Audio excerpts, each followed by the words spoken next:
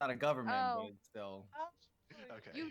You're a princess, and you based your princess off of Anastasia Romanov, so like you're fucked. I don't know how to tell you. Don't remind me. I'm going to. But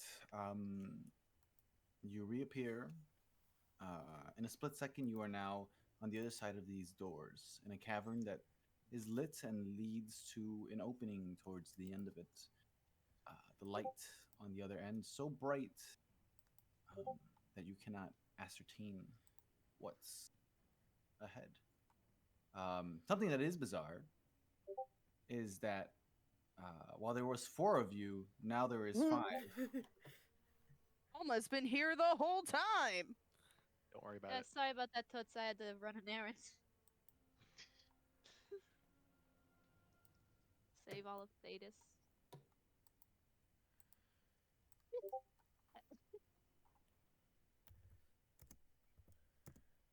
Are you okay? Like how? Oh yeah, Did, no, no, I'm fine. uh, Thanks for asking. You're very sweet. okay. I'm just. I mean, I don't know if you. This is probably not the great time to pop in. This cave is gonna be mean. That's what I learned from the previous conversation that we were in before you operated. What do you mean by the cave's gonna be me? The cave's magic. Space is on a trial of some description, and we're here to help. But the man was like, the cave's evil, and the cave's gonna dig at your insecurities, and here we Well, you know are. what? Hey, first day outside Eden, not too bad. Could be worse. This is fun. This is exciting for now. Fun little field Outside trip. of the doors, it is very pretty. I when you get outside, it's gonna be great. You're gonna love it. Oh, I look forward to it. Yeah, but First day out of Eden, and you get traumatized. Yay! Woohoo! Hooray! time doesn't move while we're in this little village, so Not the cave. village. Not the village. The cave itself. the cave. While we're in the cave, so you don't have to worry about it. Take as long as you want with whatever terrifying mean cave is gonna do, I guess. But the main part is we're here for space. So if the hell it's gonna throw at us, we'll at least be here together. Unless the cave is immediately going to electrify that, but That feels very randomly ominous. Like we're gonna step through the door and the cave's gonna drag us all apart. That would not be enjoyable. I wouldn't. I mean, arguably after the fact, it would be kind of funny, but like while it was happening, it would be terrifying. I have read a decent amount of stories where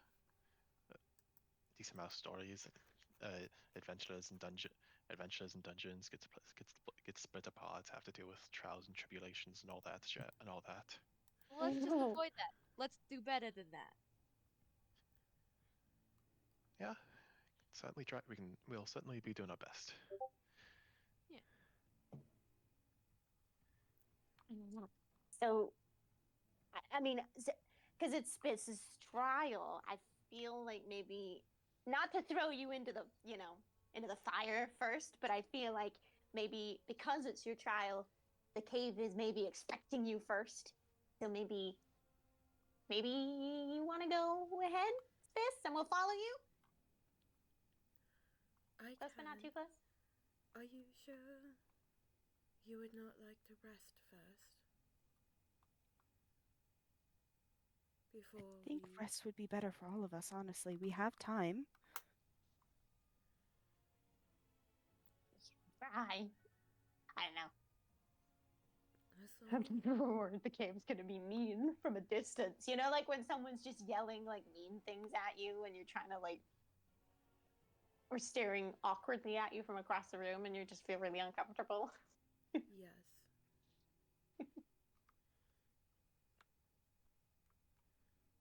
But yeah, if we could if everyone is okay with the idea of taking a rest, I wouldn't mind because as he said, the time doesn't move in here, so we can kind of do whatever we want. But I guess someone would need to keep track of how long we rest if time also doesn't move. Would we ever have rested at all if time doesn't move? I don't have alarm prepared. Never mind. To us, time will feel like it's moving. To the outside, it does not. I'm sure at least one of our bodies will wake us up. I mean, Realistically, it's just we could just follow a circadian rhythm. My But just rhythm doesn't exist when there's no outside. I will not wake up unless someone wakes me up. could Sarah potentially keep track of the time? No, Sarah's only around for an hour and then she disappears. Damn. She would be able to very accurately for an hour. I might be able. I'm going to assume that it would not be out of for Rem to track the time. Rem should be able to do that. All right. Should be able to have Rem take care of that. Vikda says as he's like reaching over his shoulder and like shifting his bag around before Rem like pokes his head out. Right. Rem, do you have a cute little alarm noise? Does Ram have a cute little alarm noise, Owen?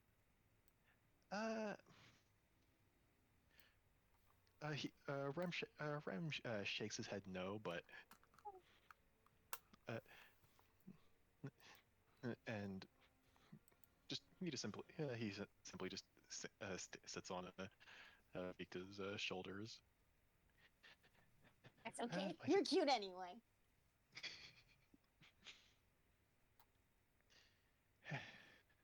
Well, we might as well set up a camp.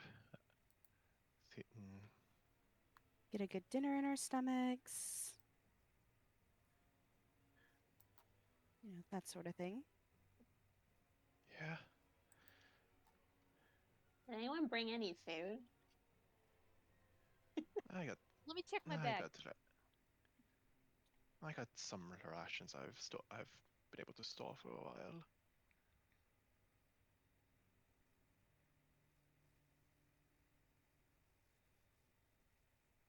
Yum. Yay, rations. Road rations.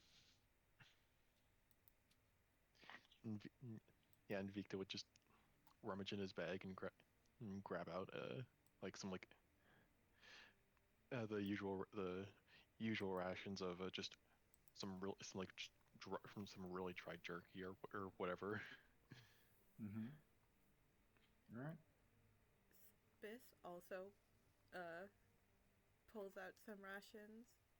One of them definitely looks a little not good though. Oh, delightful. Let's put that one aside. Save that one for enemies. Oh, I mean, if Yeah, I got rations. They're probably fresher. I mean, if we wanted to like cook any of it, I apparently have, as part of my starter kit, a mess kit.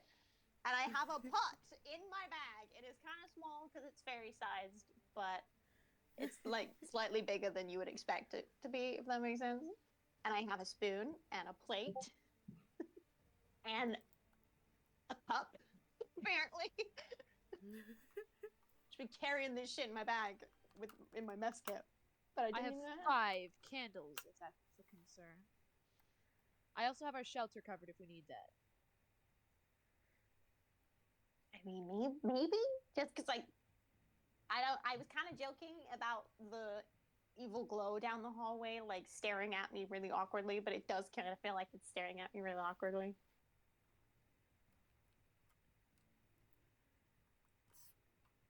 Biff just kind of looks down the hallway and just kind of waves at. It feels ominous, right? Like it's just there, looming. I mean, we're. To its eyes, we're also just here. At the end of the I mean, that is true. That is very true. There's two sides to every story. Mm. Maybe we're the cave's worst fears, and we're helping each other. The cave is afraid of an eclectic group of people. Bunch I of feel like queer help's a very 20-year-olds. strong word. This is the most terrifying thing I've ever heard of. Only worsened if we're teenagers. Oh god. Downright terrifying.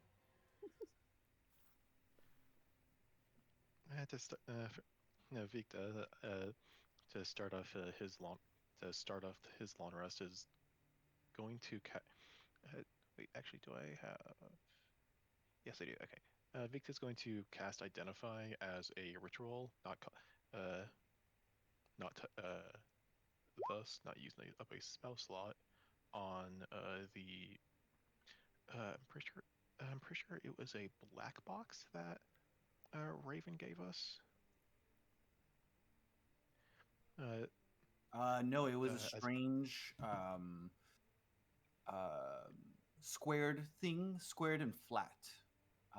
Seems to have some metal parts to it, and also linings that's bizarre that has a slight glow to it.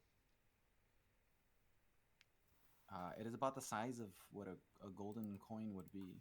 It is very small. okay. Victor's been given a lot of coins. But I yeah, mean, so far it's only really been two, but And it's weird that it's happened twice.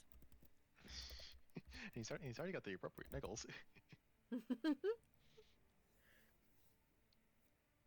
anything anyone else wants to do before your long rest?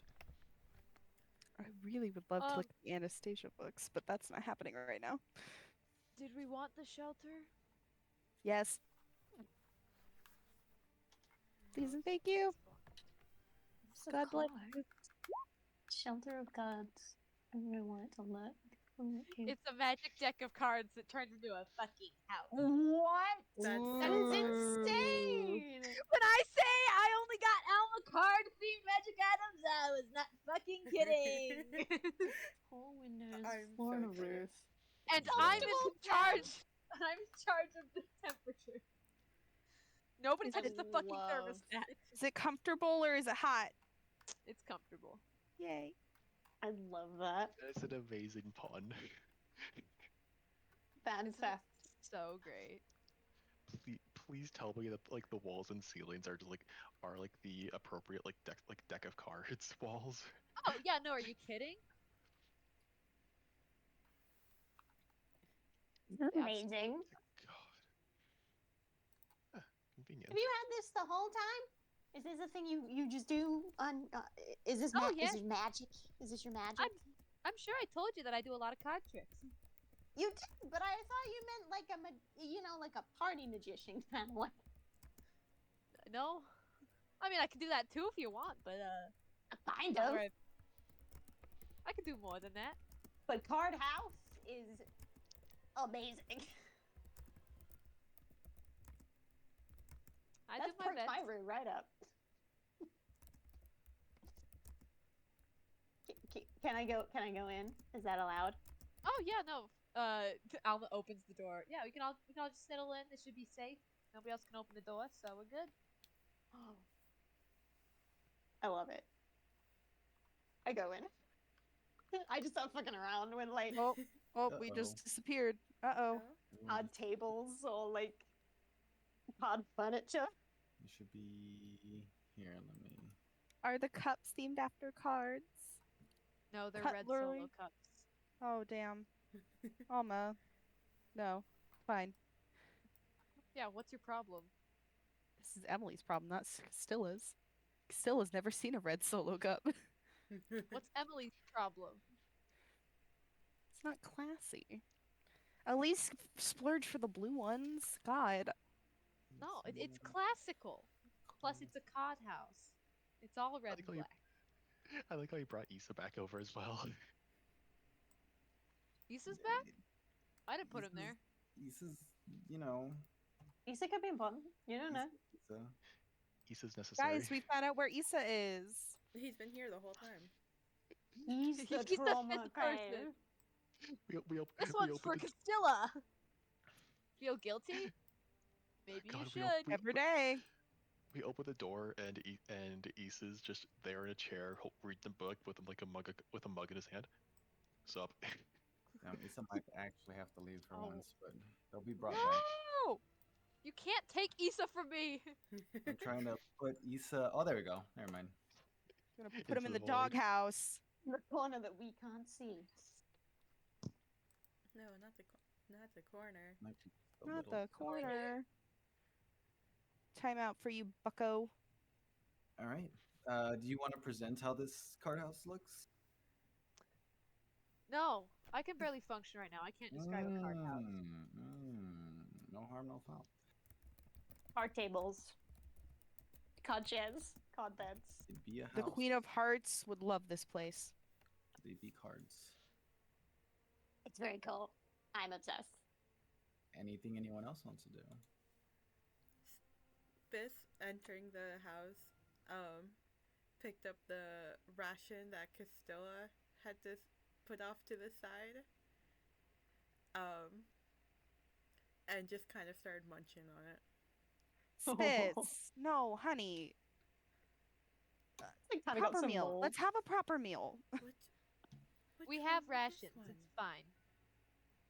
That's doesn't look good. Yeah.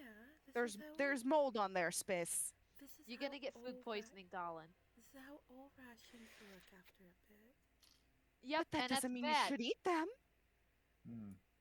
I've It's eaten a bad plenty sign, like Spitz. this. That means it's gone bad, Spicitus.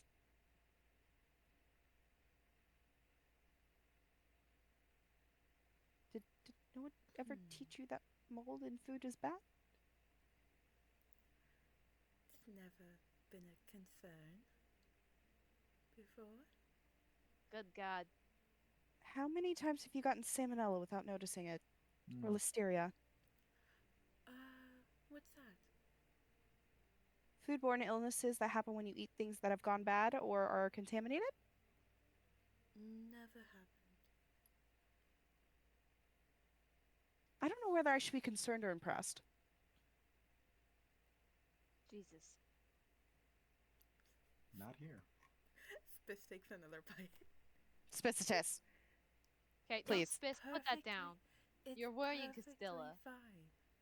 Can I It's try and not thorn whip it bad. out of Spiss's hand? I You can try. Thorn whip!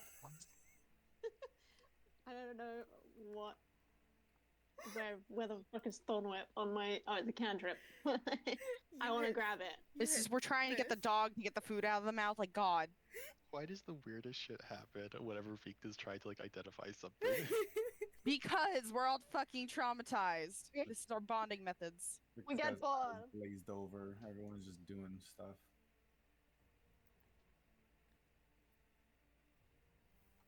I don't think a 10 would. I mean, a 10 would hit the jerky. I don't know what supplies are. Are they supposed to be dried foods? Yeah. Shit. Yeah. But I don't know. Spiss is holding it, so I guess it would be.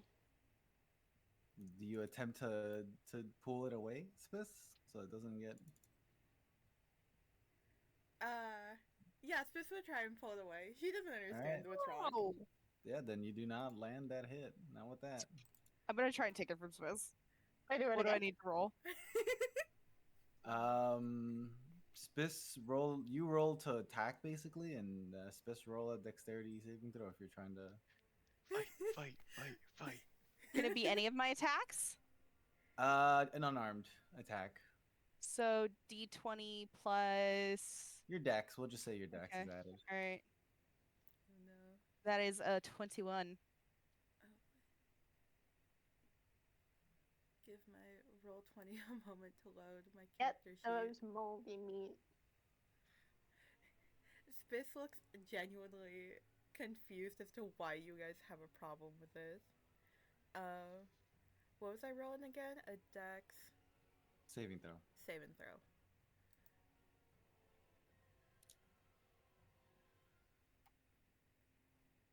Gotta meet or beat a 21. Not gonna happen. You grab it.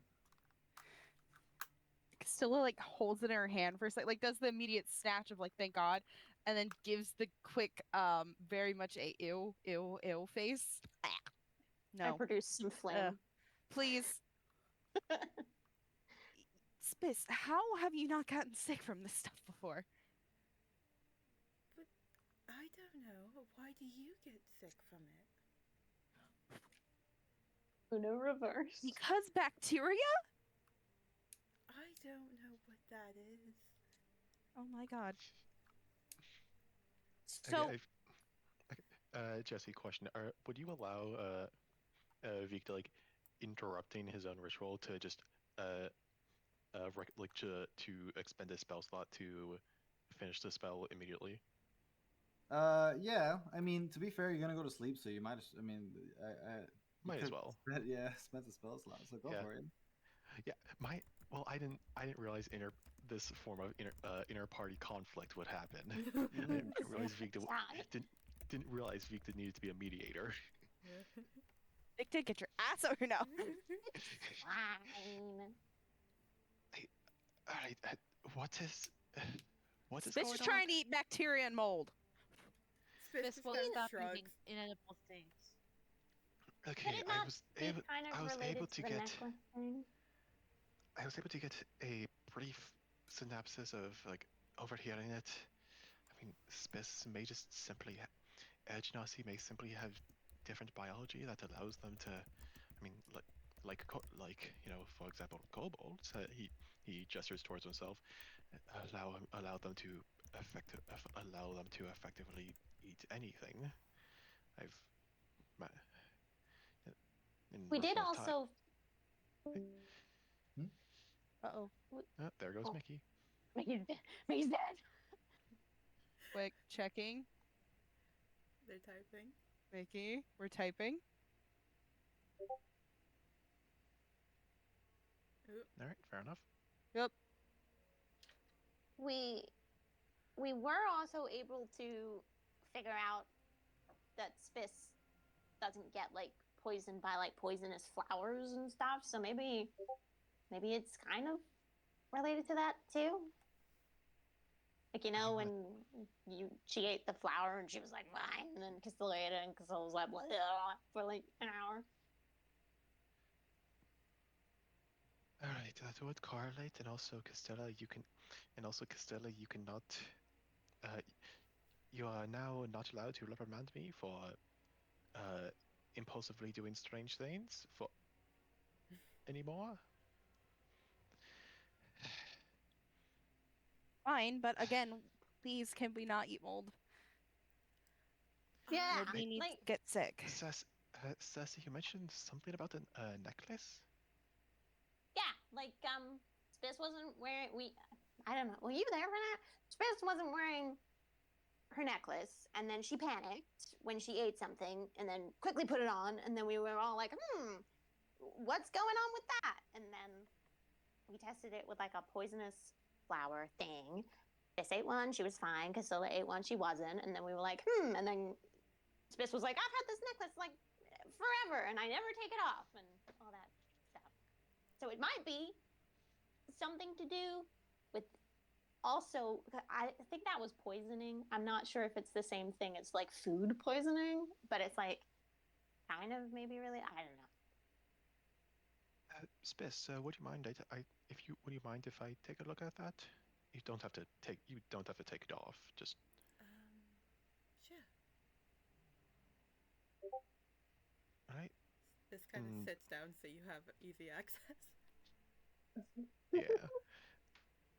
Could Vikda roll in our? Can I just do an Arcana check or? Yeah. What are you All trying to right. do? Just see if I'm rolling Arcana to see if Vikda like recognizes it as a magical item. The necklace? Yeah. I think you Like, guys I mean, did this before. Yeah. You guys identified that it was a necklace that prevented It is resistant magic, poison. but it doesn't have a specific school of Yeah, magic. it just didn't have a specific school of magic. That was Victor correct. was I mean, asleep for this, Yep. yeah. Yeah. so Owen wasn't Well, here when we did all this. that would be There the. you go. Castilla died that session, you know? Yeah. It Yeah. does seem to have results that would identify it to be magical of sorts. Yes, Vikda. It's magical, but it doesn't have a school of magic. That's it. You weren't here. That's when we were like, oh, Vikda would know. Vikda can identify stuff. But you weren't asleep. We didn't want to wake you up. Yeah, Scarra gonna use another spell slot. Yeah, Vita's gonna like cast Identify on this one, on the necklace as well. Okay. So, do you want the other things information first, or do you want to go straight to this one? Uh, we'll worry about that later, about that afterwards. All right, no problem. So what it would give you back is that it is a magical item. It doesn't necessarily require attunement, but it doesn't seem like it. It's strange. It's attuned to space, but it doesn't seem to require attunement in order to use it. It's more of like the way it would identify to you in this manner would be like, how do I say this? It's specified for Spicitus, the item. Ooh. The school of magic is unidentifiable through regular means of magical school, and it seems to prevent poisoning.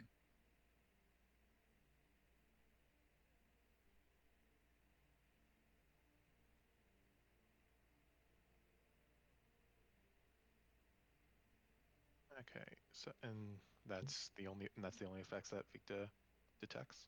That's all that you're able to detect, yes. All right. It, yeah, it's a magical item. Yeah, yes. It prevents the wearer from being it prevents the wearer from being poisoned, and I'm pretty sure, if I recall correctly, that would be called a purely active poison. That like their appearance varies, but regard regardless, but it also seemed uh, it the item itself. Strange thing about it is that it doesn't inherently require attunement, and yet it seems to be attuned to you, Spess, or like it was made, like it was specifically for you. Not not like my not like my gauntlets, like they've attuned that. Not like my gauntlets, where anyone else could attune to them. It's just it seems that it's specific to you. Huh.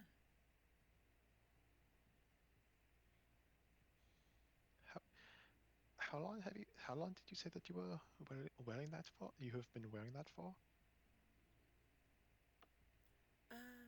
Well, I got it when I was about 13, I want to say. So,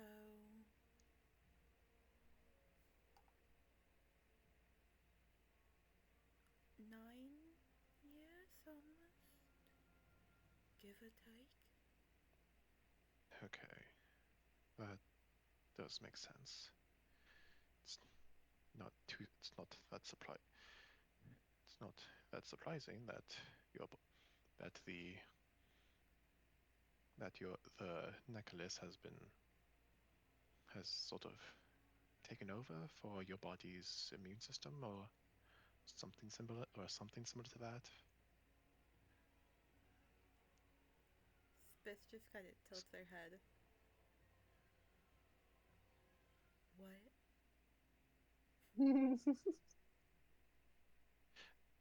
Your the necklace. It's over time.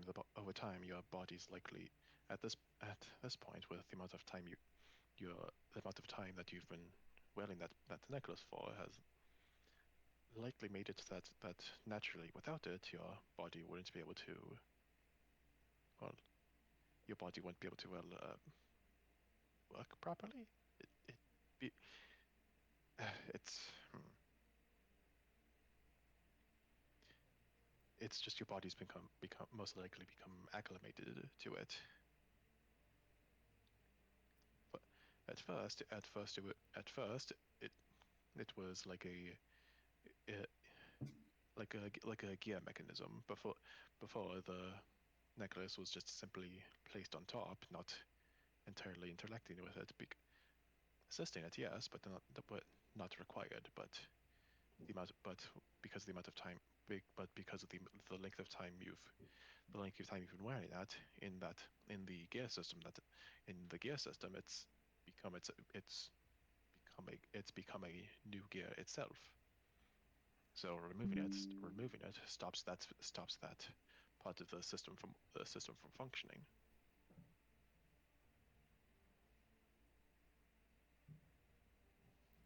Spitz is staring at him very oddly for a moment, and then he looks back at Castilla. See, I would have been fine eating Scylla just takes a deep breath.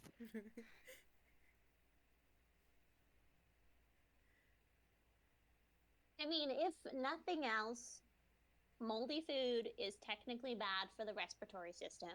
And I know that you said before that you don't really breathe all that much, but arguably you could say it was bad to have it in the room with people who breathe. Oh. Be the intermediary in that moment. Well, if I'd been allowed to eat it, it would have been fine. Can't have respiratory. I don't want you to get food poisoning before we all deal with this. Yeah, also it kind of just looks gross, you know? Like, you don't want, Don't you want, like, I mean, I guess pretty tasty food. food? Not even pretty, just tasty. You know, like soup or something homemade. oh, I kind of gave up on that years ago. You kind of just take what you can get, and rations are hard to find in the wilderness. Right, but I mean, I might have gotten that one off a dead body. Oh no, Spitz. That's so bad.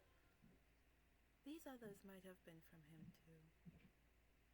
Oh god. Okay. Empty your pockets into the fire. But these are perfectly fine. Do you know how hard these are to come by? You're not alone anymore, Spitz. Like, you're with us. And we Not wouldn't gonna let you starve. Right. not don't have to scavenge for yourself anymore. Spitz Besides, you deserve good takes one. things, good food, good everything.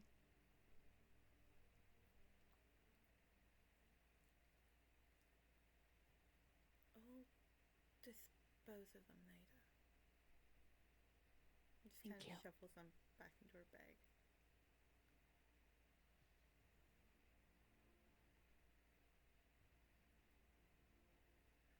She she looks like she looks like a scolded child who's not quite sure what she did wrong.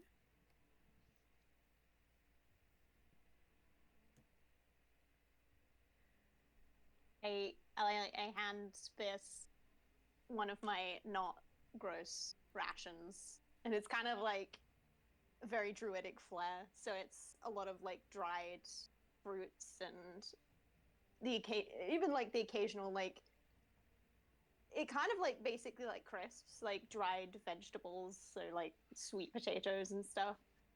and that kind of esque stuff. She hands it to Spiss. She has 2 to Spiss because it's fairy-sized rations. So I had 2 to Spiss to make it more like a normal person-sized ration.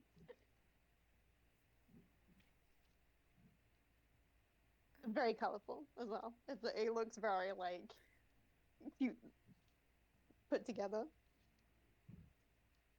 Oh, thank you.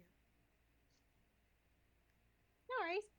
This looks awkward, like she's gonna try and share something of hers, but she can't.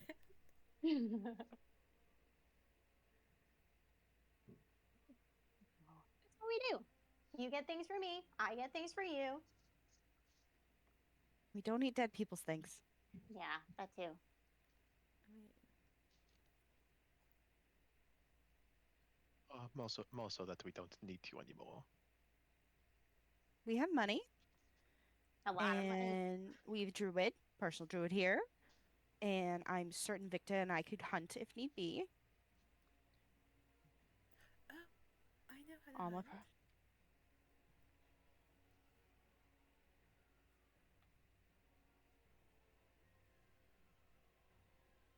Spiss just nods, very proud of herself. Did you say you've never had meat? I didn't pick up on the audio. No, she said she knows how to hunt. There we go. We can easily make a nice meal, a stew of some kind. I don't know why I keep focusing on soup. I don't know. It's comforting. It's It warm is and comforting. It's very comforting. It's hot. It makes you sleepy after a long day. It is decently simple meal to make. And it's filling.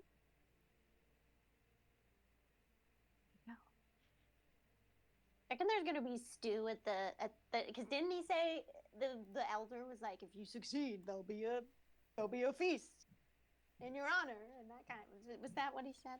I feel like that's what he said. He did say that there would be a feast, Nice. or at least a meal. There'll at least be a meal that we could have. Mm-hmm. So there'll likely be stew. Or we could request stew of some kind. Who knows?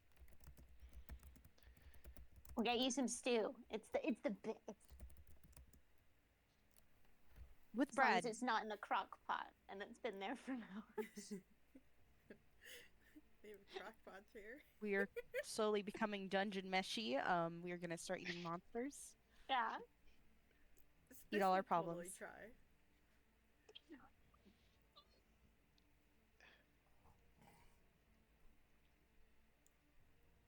Spiss could be convinced to try a monster. Yeah, Vikta's eating weird. Casil would probably be cool with eating monster, depending on how it's prepared. And the monster. And the monster. No, Spiss would just go. As take long a as it's bite. not Valentis monster, she's good. Oh God. Mm. Gibbering Mouser. Whatever, if it's Alright. cooked and she doesn't see it be prepared, whatever. Tastes like chicken. Exactly. Oh, no. That was me when I learned I accidentally ate frog legs once. Mm. It does, in fact, taste like chicken. Classic. Nice. Wasn't half bad.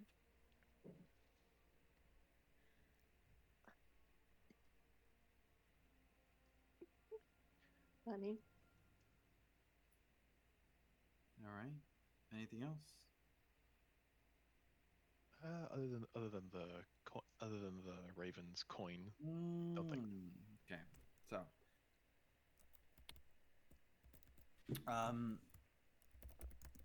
you get back a series of words that don't seem familiar to you.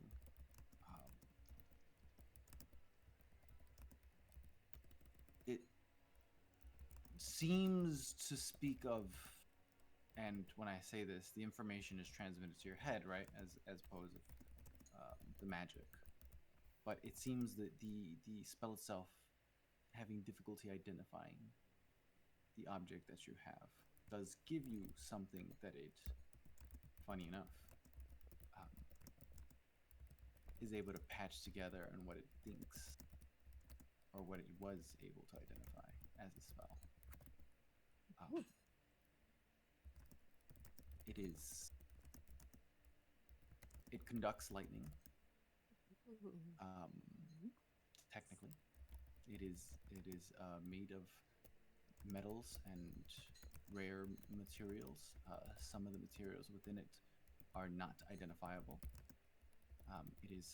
It looks like a Ritz almost, like a not a Ritz, like a Cheez-It. It's like a small square in flat object, um, and that it has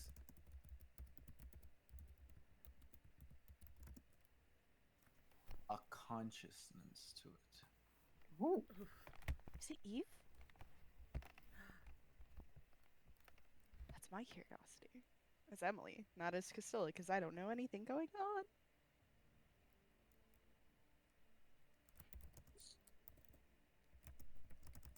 You give Vikda a circuit board. I don't know. Congrats, AI has entered the chat. Oh no. Honestly, that's the vibe I'm getting from this thing. It's like a circuit board type deal. Because like What is? Oh, sorry, go. because it technically conducts it conducts lightning, and made of like made of like various metals and various precious metals. Makes me think it's a fucking circuit board. Motherboard.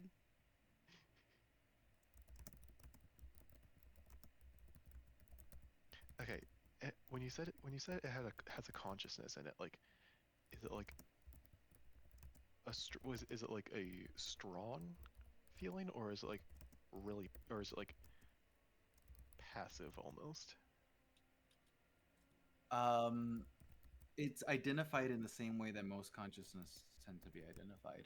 There is an ether within it, and it is formed in a. It is binded together in the same way a soul would be. Interesting.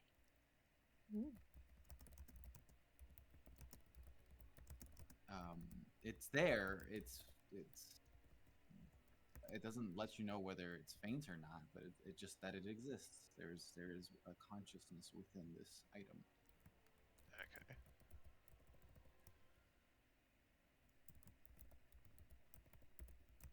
All right then.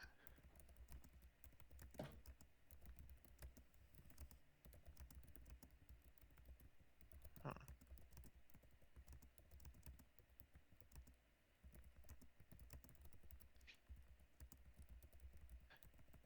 Strange.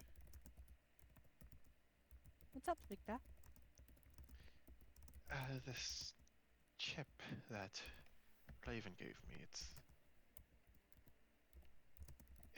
makeup is very strange. It's got a large. It's composed of a variety of metals, a variety of metals and materials, and seem it's it's somewhat able to conduct lightning, but it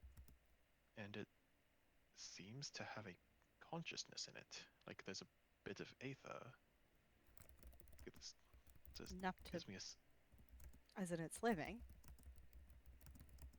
possibly. Hold on. Can Castilla see if there is a soul line connected to it? Because living beings have those. You check. Um, you can't really tell. It's very small. The soul line does not venture past the form of what you're looking at.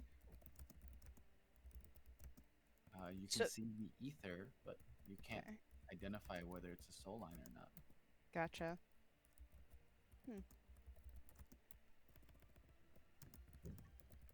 And just checking, this isn't like person trapped in their situation, right? Like it's just a thing that's. I feel weird calling it a thing. Being? Let's go with being. Are you asking me? This is Castilla just rambling to herself. Oh, okay. Why don't you ask it? Oh shit, you're right. Um, Hi. I just talked to the little disc in Vicda's hand. Little chip. Silence. Cersei, I don't think this is working. Am I just need a little coaxing? You talk that. What if it? Okay, hold on. I'm gonna cast detect thoughts. Where's that spell? There it is. It's a secondary spell.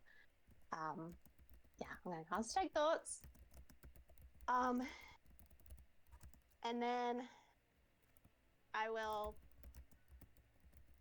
Do I get like a? If with my detect thoughts, can I link to that conscience? I can't say that word. That conscience. No, conscious. That word, whatever it was. Consciousness. That one. Can I link to that? You attempt to link to the consciousness within the object. You don't get anything. So I can't sense that it has any sentience when I To open my sense mouth. whether or not it has any sentience, the sentience would have to be of use. Right. You can't detect the thoughts of someone who is, how do you say, brain dead by any means, right? So it can't. It doesn't necessarily connect to a mind effectively. It doesn't sense, for lack of a better word, There a is no mind. mind there to grasp currently. Okay.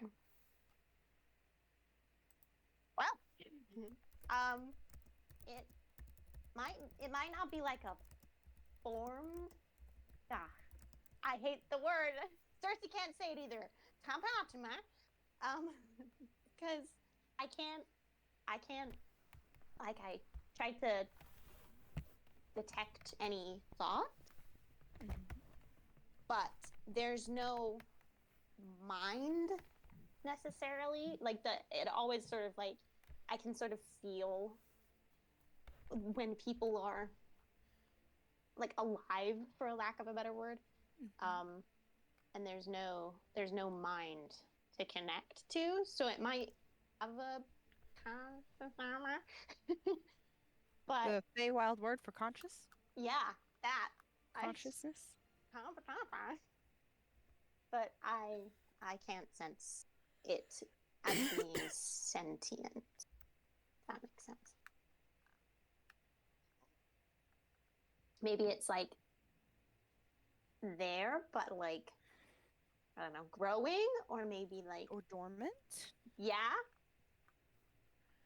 Spiss. Yes. Your shocking grasp.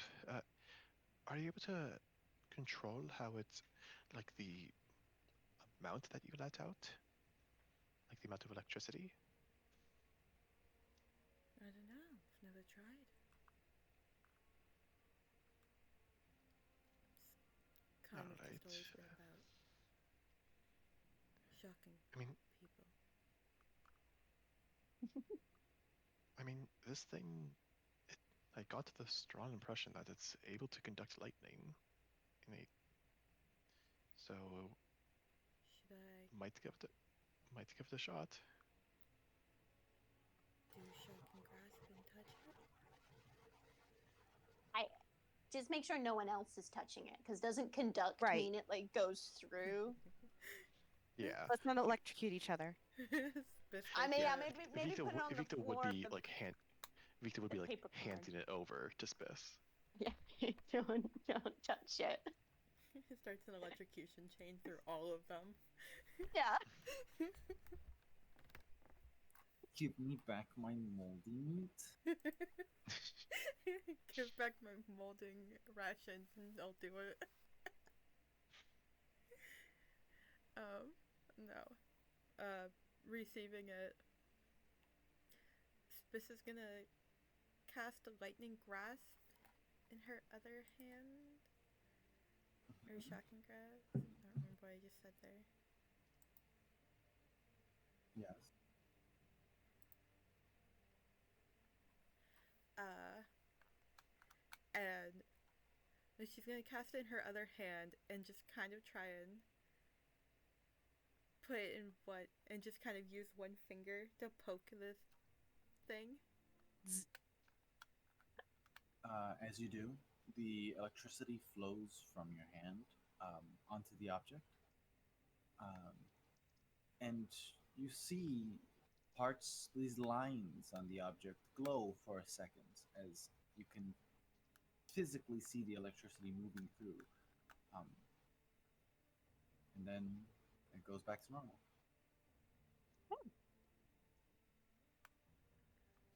Well, it glowed. But electricity tends to do that. I'm going to assume that the like watching it glowed in a way that like lightning normally does not like heat like make things go like glow like heating up and or whatever. No, the lines within the actual chip itself illuminated um, for a Okay, moment. like LEDs or whatever. Kind of, yeah. All right. That didn't look like it was normal lightning. Do you want me to try again? If you want, but not expecting much of a different outcome, but not gonna stop you. Spiz casts Shocking Grasp again, but this time on the hand that's holding the chip. Yeah, well, same thing. It just lasts a little longer, but yep, same thing. Hmm.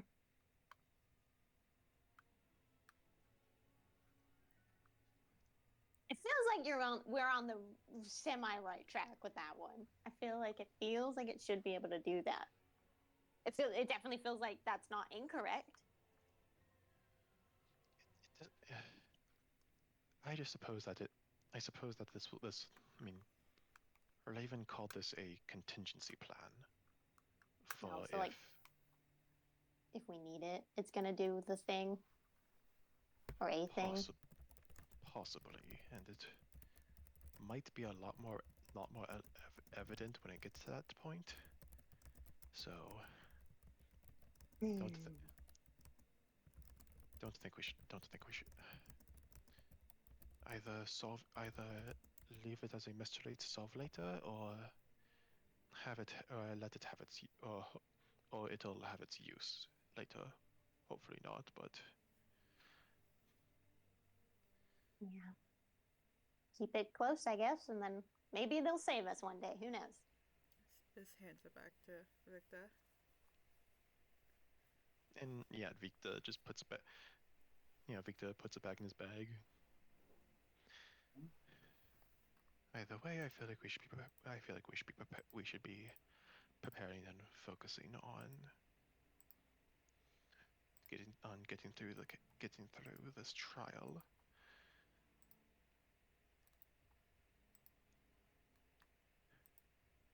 Yeah. Don't I highly doubt we'll need to set up a watch. No, yeah, because But Alma said that no one can get in. Like, a lot Alma's the only one who can open the door from the outside. on top of the fact that we are in a seemingly heavily protected magical zone of in the Agenasi uh, in the Agenasi Canyon? canyon. Yes, sorry. So I feel high doubts on anything getting in here. So We've never been safer. yeah, practically.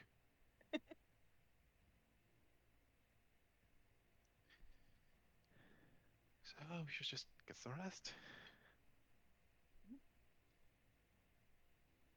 I'm just before I go to bed, I'm just gonna double check that the Griffith egg is still okay because it's still attached via like rope to Cersei's side, Mm-hmm. and just kind of like clap. You know what? Like people do when they have incubators. They like, make sure that they're the right side up, and they check them with a light just to make sure they're okay. It's just a very brief check to make sure that it wasn't like damaged, or because it's in a container anyway, so it's not like it's out.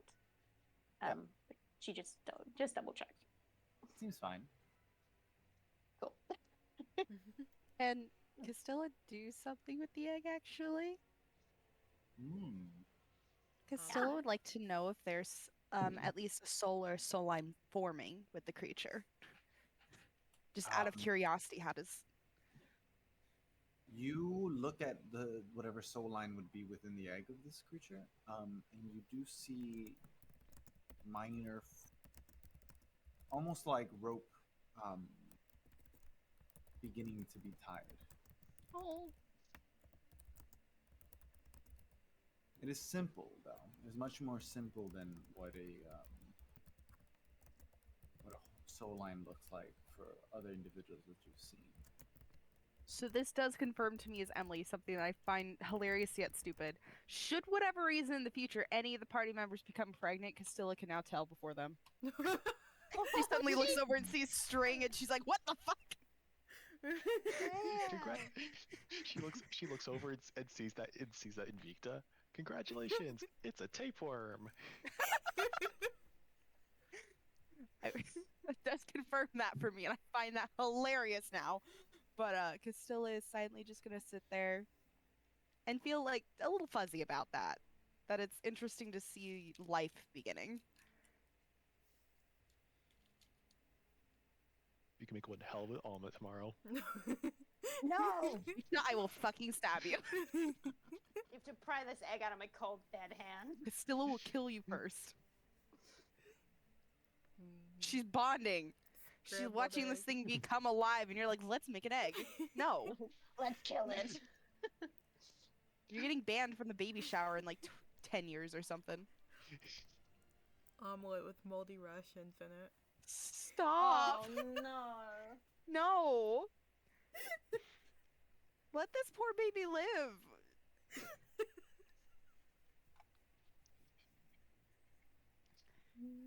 It's not even a existence yet. This poor little creature.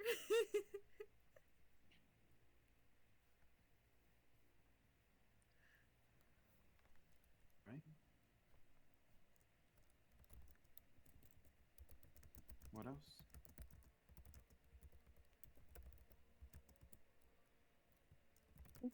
That's it for me. I don't know if anyone else has got anything else they want to do. I'm good. Rest. Prepare Rest. for the next day. Okay, so night comes. You all take your rest. And what would be the noise that Rem makes to wake you all? Oh. I feel like it would just be him, like Rem, just like shaking Vikda awake, and then Vikda going around to wake everyone else up. All right, then that's what happens. All right, guys, got something resembling the day ahead of us. It's gonna be okay. I have so much confidence in our abilities. It's not misplaced. 100%.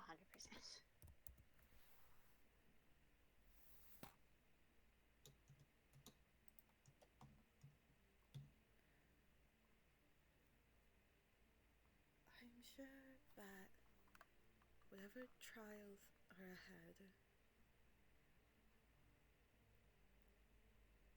we'll be able to beat it. My soul's done it before, so Do we think the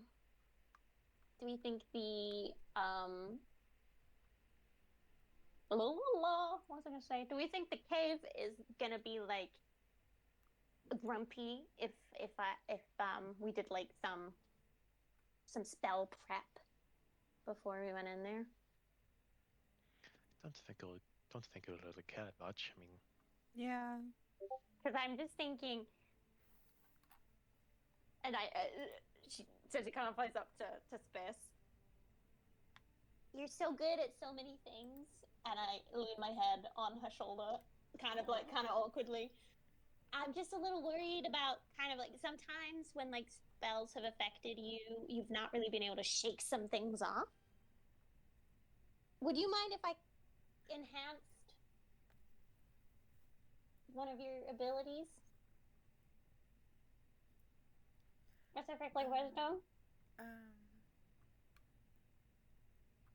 Just because if it's gonna do some like mental stuff, you might have to try and like resist it, and it might help. yeah, I haven't proven to be very reliable on that, have I?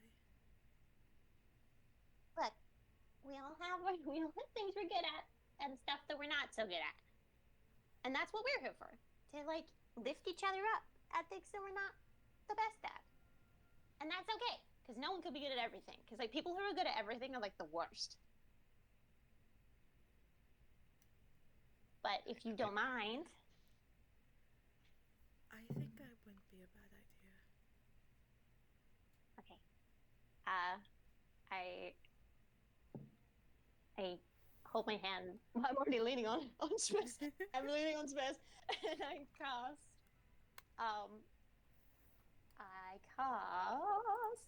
Owl's Wisdom off of Enhance Ability. So Spiss has advantage on any Wisdom check that they make. So that's anything that involves Wisdom. So that's base, save, just anything. My 8's now gonna be a 9. Yo. Well, you get advantage, so you can roll twice. Yeah, I know, I'm making a joke that I'm just gonna roll a 9. Oh, right. I thought you meant Better than an rolling 8. base stat. I was like, oh, God. You never know. It may or may not help. It may be completely useless. We'll see.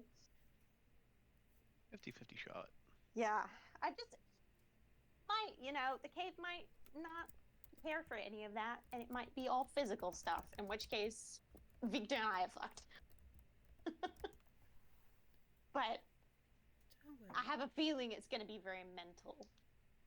If there is physical stuff, Castilla and I can carry you. And Alma Sure. might be able to help. We'll see what Alma is like when she gets back. She's on another Wakes up. errand. She's the only one who can leave the cave. She, God, you just blink and almost just gone. Ah, I realized I was talking about her, and then I'm like, wait, no, Alma's not here anymore. we'll worry about that later. We got a cave to worry about. It's fine. Is there anything else anyone else wanted to do before we went in? Give everybody a quick hug. That's a good idea. Group hug. We got Group this. hug. Pat on the backs, nice and squeeze. Everyone Vikda is just- loved. Vikda just awkwardly hugging Castilla and Smith's legs. No, you're getting picked up and hugged. Thank you. Light is filled forever. Spitz Go is, team! Spitz is kind of like awkwardly standing there, and then just kind of like reaches up and pats people's heads like twice. Like pat, pat, pat, pat. You get pat, dragged in a hug. Castilla's giving everyone proper fucking hugs right now. Yeah, she's Spitz being hugged and doesn't know how to respond, so she just pats people's heads. Alright. Alright, let's do this. All right. You begin to approach the ends of this tunnel, the light that doesn't seem to fade. As you approach the lights of this tunnel, it stays bright and bright and bright. And you have to almost cover your face as to not blind yourself while walking forward. Your vision becomes clear. The light no longer blinding. There is no wind. There is a vast opening. Multiple trees surround you. As a matter of fact, as you turn around to look, there's no entryway to the cave. Oh no. We're in here for good. You can never leave. Trees of white bark and red leaves. Oh. An imagery you've seen before. Pandemonium. Whose fears first, guys? Not versus. Not by the sounds of it.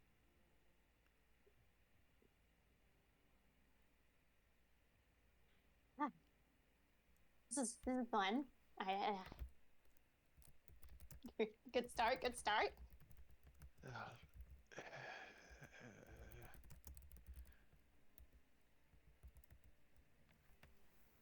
Is there an obvious path forward, or No? These are pretty. Spitz is gonna walk over to a Vikda's tree. doing a perception check. Go for it.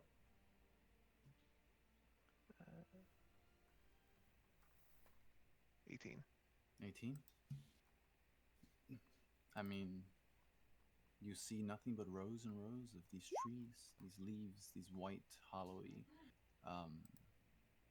bizarrely white trees, unnaturally white. That's it.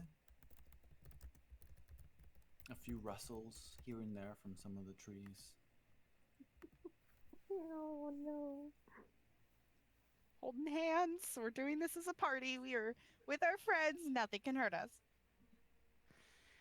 I swore you just said there was no wind. Yeah, there is no wind. That's the same it was the last time you were here. Great. And yet the trees fucking rustle. Those Fuck. things aren't gonna be here again, are they? Let's not worry about that. Let's worry about just getting through this. They We've got didn't. this. Was it noise that they were attracted to sound? Right? Yes. Yes. Okay. Okay. Would you like me to go up a tree and take a look around? No, I think it would actually be best if we move. Mm-hmm. Okay.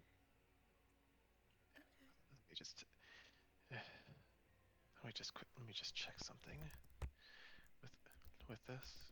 And Vikta's going, and like last time, Vikta's going to cast Minor Illusion with the sound of just mimicking the sound of the leaves rustling, like 30 feet in a direction that we can see. Okay. You hear the noise?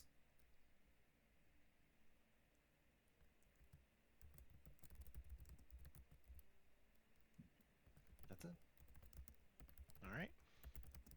I mean, positive that nothing terrifying came running. Why are you saying this here, Cersei? Sometimes We if you need think wood it, to it's knock even on. worse. You don't say that here. Oh, there's Look. supposed to be Let's plenty just of wood. let's just keep Spitz going. goes up to a tree and knocks on it. Thank you. You go up to a tree and knock on it. Knock on it. Oh god. Knock, knock, knock. It's a tree. Okay. Sounds like a suddenly- tree as you knock on it. It moves slightly. Fucking moves. Why is the tree moving, Jesse? Spiss is a very strong individual. Not that. I imagine it's kind of a thin tree, and Spitz is knocking on it, so it moves. Yeah. It's fine. Some are thin, some are large. They range.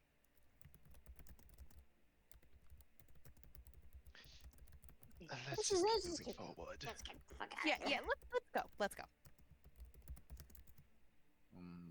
You guys pick a direction, I guess. East.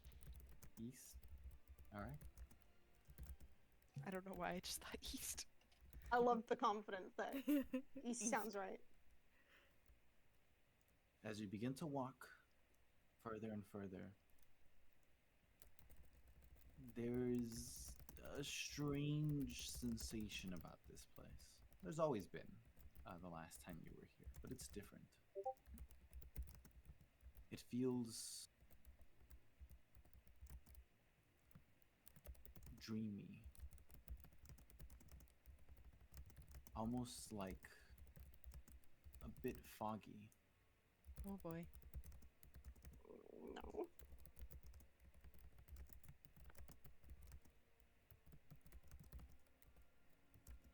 You find yourself in an opening. Before you is a ziggurat. Shit.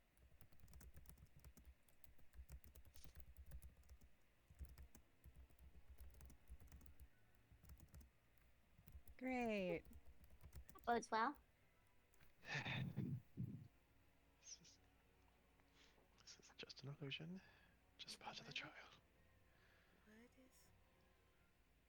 For context, this was an illusion the last time. This is where we lost our one friend Guk and Pearl. Well, this is where we lost Pearl. Shall we go see if it's an illusion? It most likely will be. It was last time. Or it's real this time because you were afraid it was real. And one of the Ayin sisters did this, the one who faked as Anastasia. And Pearl later, after, they got to her. Ah,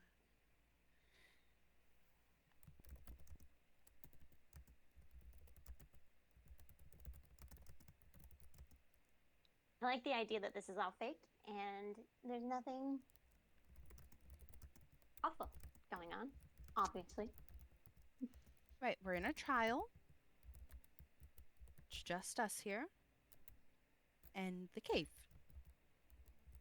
And we're meant to be tested on something, so. Yep. Let's investigate this. Yep. Figure out what the hell it wants to what the test is on. Watch as this entire session is actually not traumatizing for us, but because we got warned that it would be, we are all psyching ourselves out, and that's half fun. Honestly, that would not be surprising. But either way, Vikda is like, Vikda starts walking towards the ziggurat. As you take a step forward, Vikda, the sounds of chains begin to emit. So too soon. Out of the shadows from within the entryway of the ziggurat, a singular blade runs fast as it lands right in front of your feet. Oh, fuck. And stepping out with the chain Oh, is Toru. Oh, buddy, oh, pal. there he is. The whore himself. Oh, well, How have you been, small wizard friend? As he pulls back the chain. Vikda starts backing up and starts muttering to himself. It's not real. It's not real. It's not real. It's part of the trial. Part of the trial. Take the break kneecaps. Break some kneecaps. It's not real. It's not real.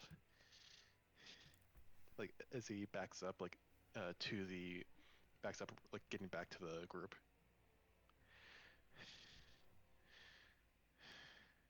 Break Toru kneecaps. steps down, begins to walk slowly down the steps.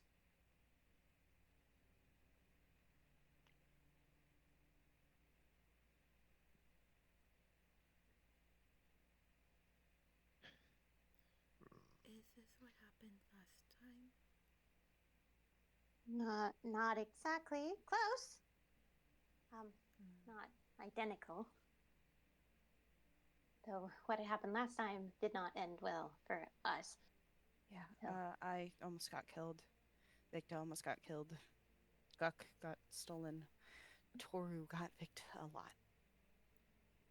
Well, last time you didn't have me. That's true. That is correct. Oh fuck. Hello, new individual. I do not know your name. Good. You can keep it that way. It doesn't change my motives. But if you must know what happened last time,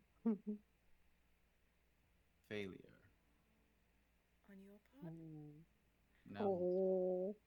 I mean, you didn't really get away with much. Wasn't there someone that you were protecting I here? fucking called it. Called it. Where are they now? Elsewhere. Busy. Spith has no idea what he's talking about. Or lost within the halls of pandemonium? Gone forever? Who knows how long they've been there? This place messes with your mind. Time alters differently. You've seen it yourself. One can stay sane for only so long.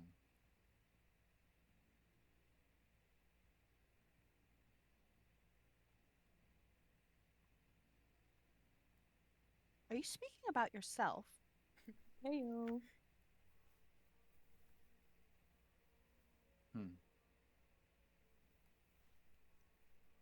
No.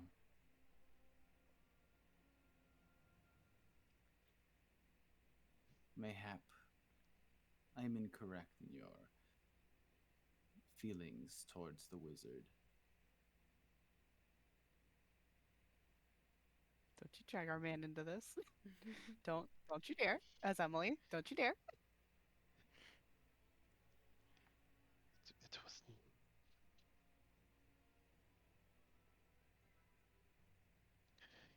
He followed us. He knew what he was getting himself into. So it's his fault now. No, No, not in the slightest.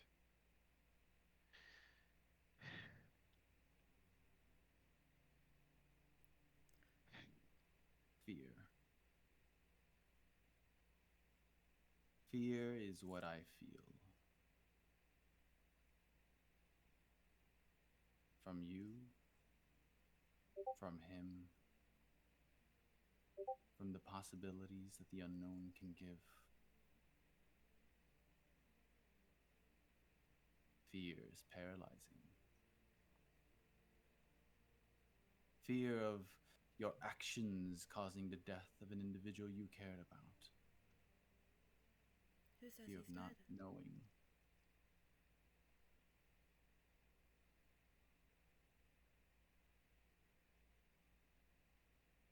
They got out. He could have too. Could have. Correct. He has Uh, skill and ability. From what I remember, he wasn't conscious.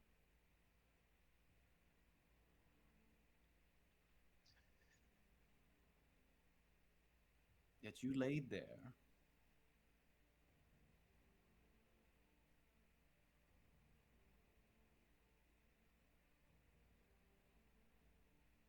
powerless.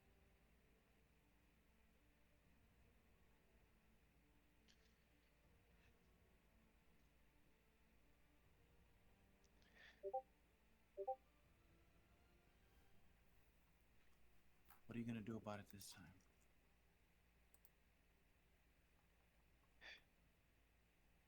Gonna try my best. That's what I always do. The ziggurat disappears. An illusion as you know it. Behind him, unconscious and tied, as you've last seen him before. Oh, no. Oh. Not our guy.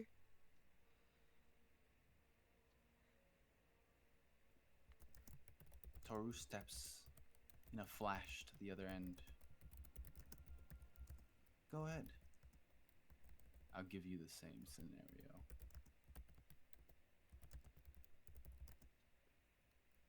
So where does Toru step to? He steps further to the left at the beginnings of the breaking. This is a circular breaking as it was before. He steps to one end and allows you to step forward.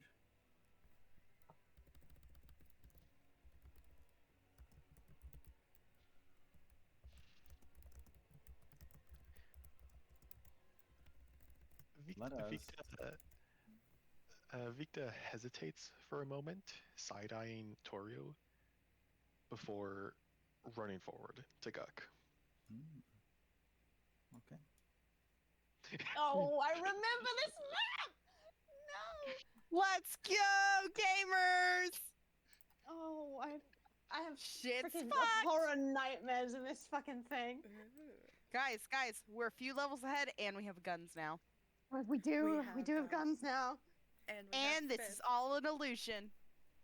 It is all all an illusion in the sense that Toru's probably not here. You can place yourselves where you think you are down here. Get rid of her, Sarah, because she's not Let here. us. I'm not dead. Hey! Yeah, I'm no. Where is Guk?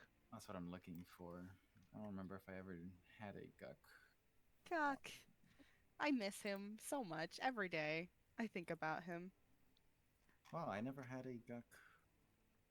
You can use one of the meme images we have of him, like I can. the not again. I can. Or we have the actual like art thing. I forgot I got that. I can. Not again. I love to traumatize this man. I say this as if I'm, the DM, but it's funny. He's drawing him in anguish is fun.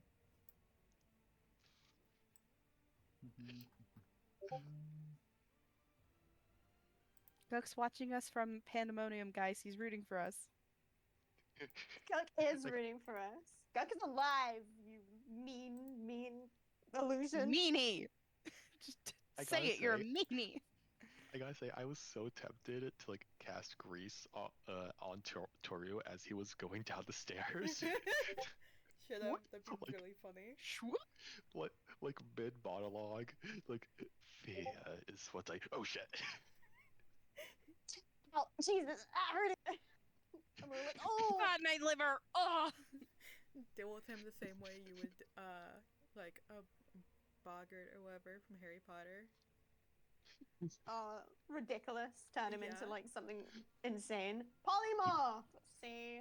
Turn him When it into comes a full circle. goddamn bunny. What save Turn is him polymorph? Turn Probably a him into a wisdom save, rabbit. right? Yeah, turn him into a rabbit and have Spiss just fucking chuck him. Spiss, Launch the boy. Spiss curb We'll use stomps this a for rabbit. now. Yay! The compressed boy. Compressed.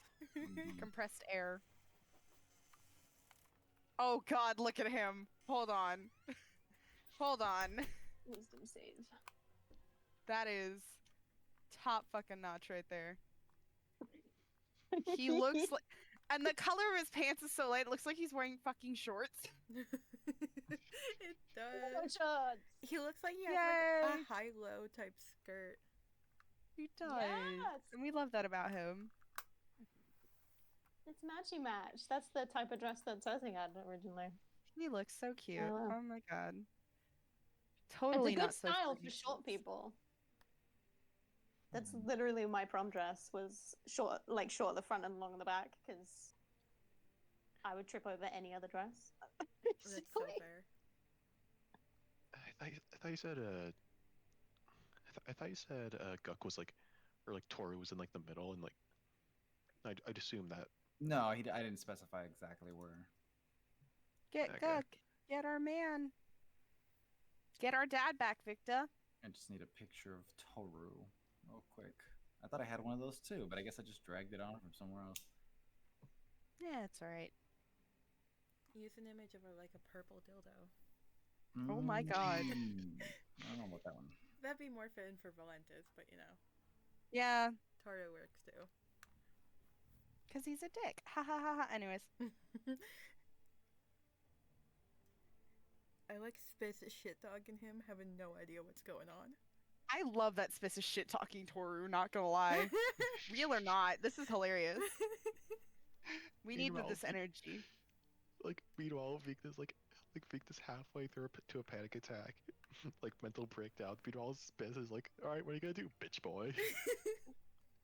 I'm gonna shit talk you. What are you gonna do? You can't traumatize me. Victor, I don't even know this man. I don't know you, and you can't do anything about it.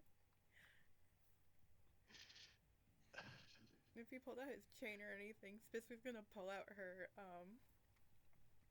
flail and be like, "I have chains too. What are you gonna do?" I can't wait for us each to shit talk our fears. Like, Spiss is currently going after Toru. The party's gonna go after Spiss's parents. I don't know what's gonna happen with Cersei, but probably saying fuck you to Anastasia, be a better parent. Be a better mom. I Or, Castilla's like- gonna jump Spiss's parents. Spiss's parents are gonna try and open their mouth, and Castilla's gonna be like, too many words, and just kill them. Shut the fuck up. We're gonna walk into an opening. It's gonna be Spiss's parents, and Castilla's gonna drop into a sprint and tackle them. She Yeah. really is. She does not like her parents. And now if it's Cirrus, right? I think that's gonna be fucking Yeah. bad. I think Spiss will cry at that. Oh no. Alrighty. Oh, jeez. It's so far away. Jay. Oh shit. You approach Oh, there's the whore. the unconscious body of Guk. He breathes very slowly, He breathes. but he's unconscious. You hear the chains rattle as Oh, he fuck. spins his knife. Just like before. And everyone rush for initiative. Woo! That's a Toru, please 9. be nice. Please be nice to us, Toru. 22! 22. Hey, Tootsies. Yes, Emily!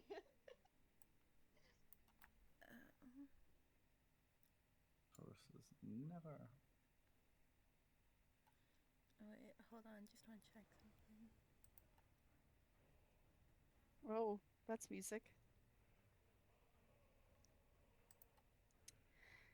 So Toru, how's those vacation days? It just Wanna take did it- you wanna take some Anastasia reward more? them. Fuck off. Let's see. Hmm. Oh, fuck, jeez. What are his ads? I'm calling it. What are the ads? Well, he rolled a 1d20 and it's a 20, so. Right, but here's the thing, in initiative still, if we have higher numbers, because if he has like a +1 to that 21, we'd still go first He's in surely a got regular high initiative, dex. but Regular he's still initiative. yeah. Yeah. Never There's mind. no way that he hasn't got a higher dex than us. Yeah, No and like, way. and even like averaging it out, we still got like 18 because of Victa's. Quick question. Mhm. So, because of something called feral instinct, I have advantage on initiative rolls. How does that Mhm. work? You just re-roll.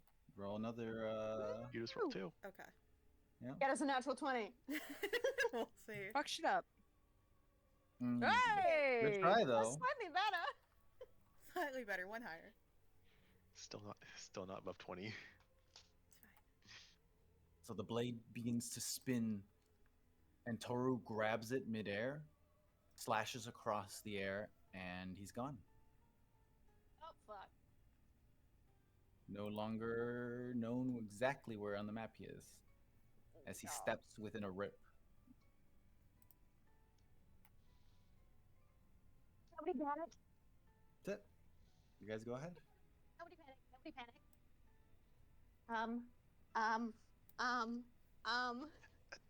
Hold on. Sassy, do you have any healing magic or anything?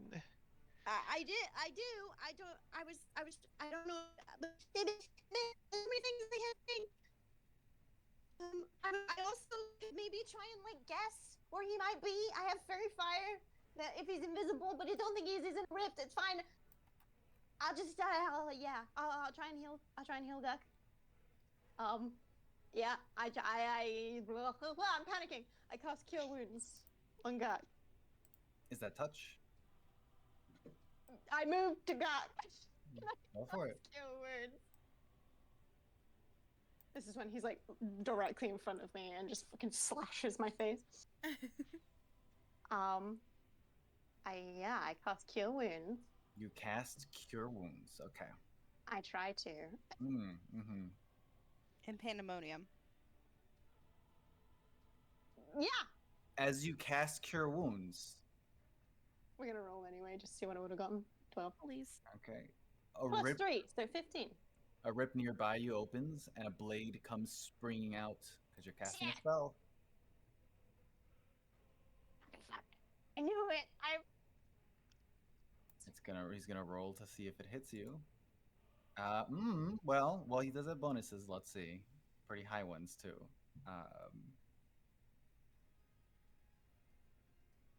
I'm brain farting. 16. Father's Aegis bracelet saved me. The power of love prevails. No.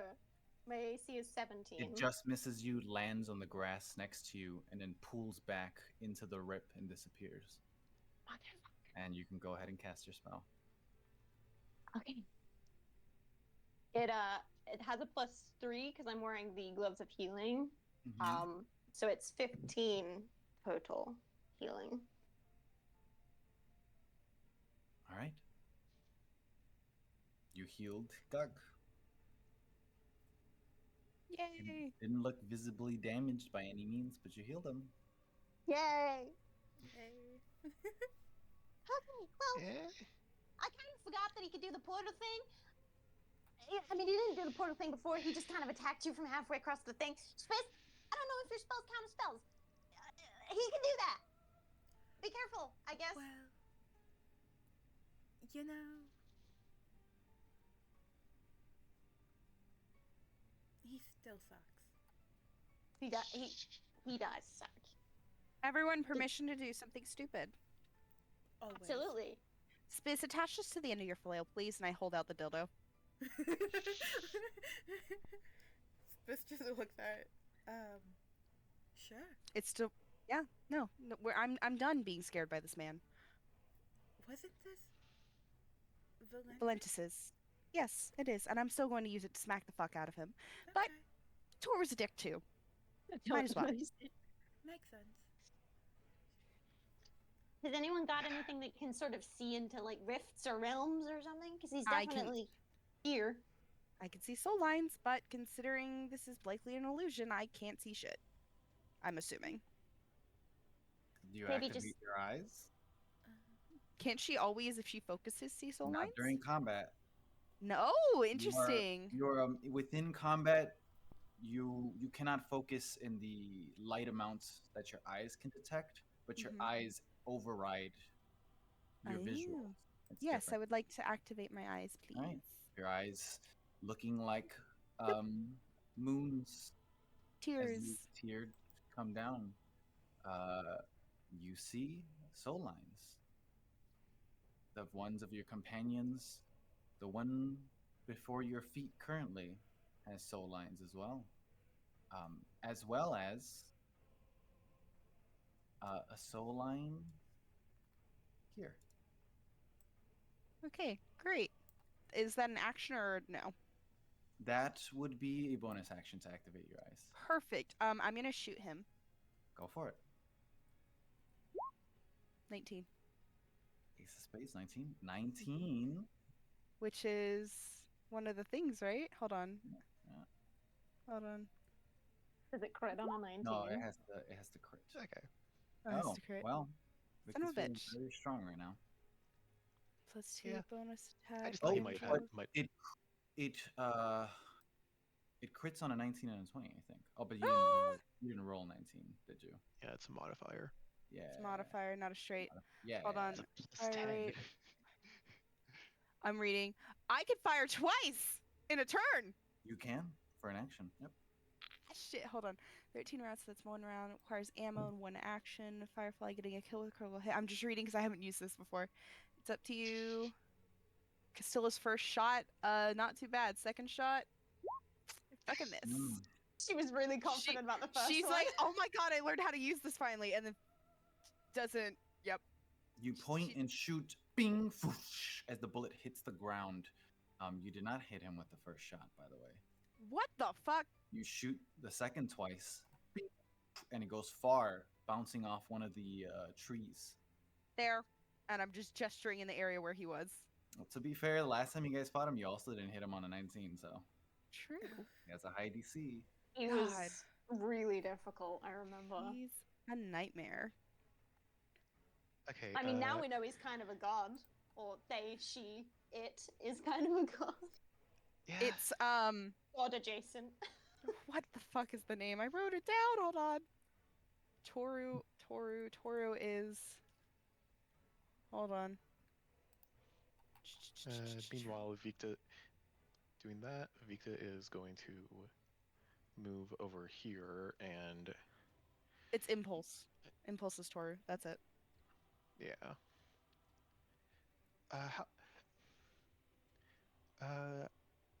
How much of a would Vikda be able to interpret the area that where would Vikda be able to identify the vague area that Toru would be No, based on?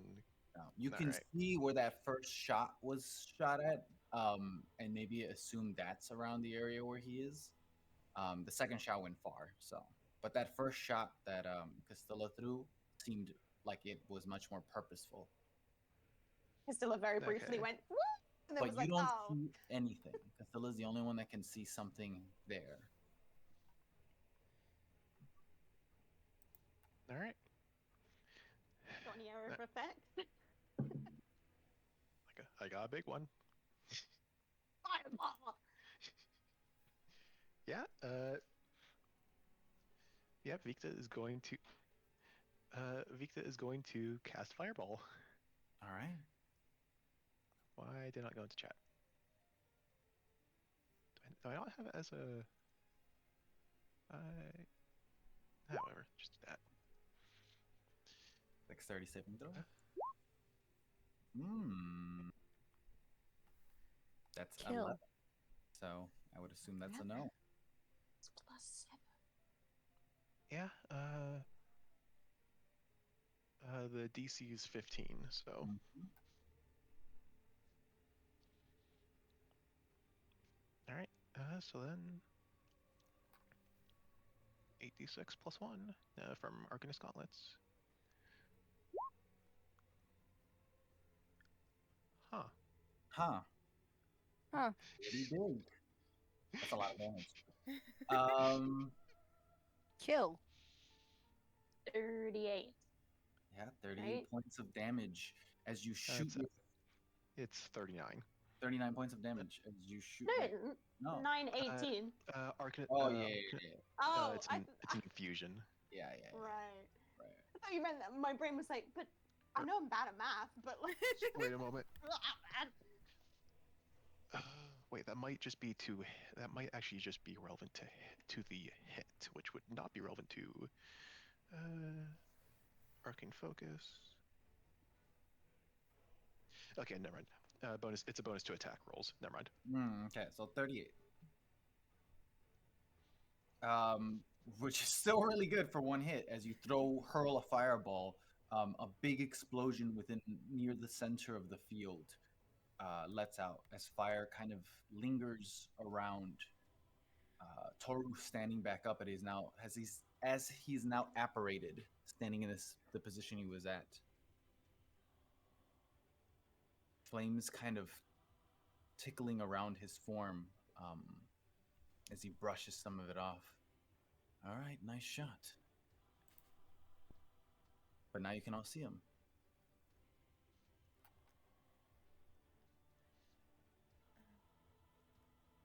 Oh, wait a second. Actually, I apologize, Vikda. Before you even throw the fireball, Oh, Oh, this fucking chain thing. it is a spell. Yeah. Opening would apparate, and off comes out a blade striking in your direction. Well, it's a 14. And that does not hit. That does not hit. There we go. And now everything else that I said applies. Let's go. So, Val, as you will soon learn, he counterattacks spells, as you can see now. And if he hits you, you have to succeed on a wisdom saving throw, or Okay. else your spell does not activate. Yeah. God. There's a reason they call him the Mage Killer. Does that Mm. does that apply to Spiss's rage? Those aren't spells. Okay, cool. Spiss is fine then. Spiss is fine. Spit. Hmm? I was gonna say Spiss. I think we gotta kill this guy, like the meme. I think we got it. I don't even know who he is.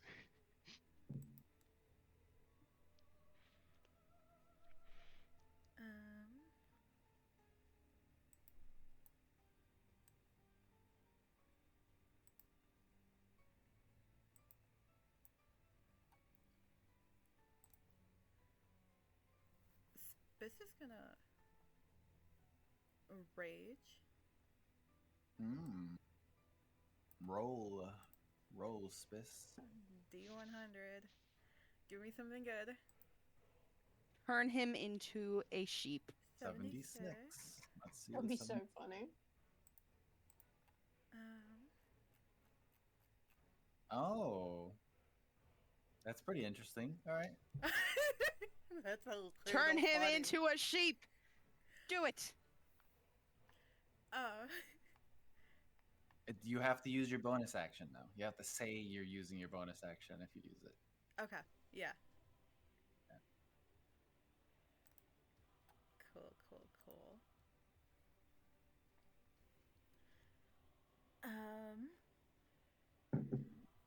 Then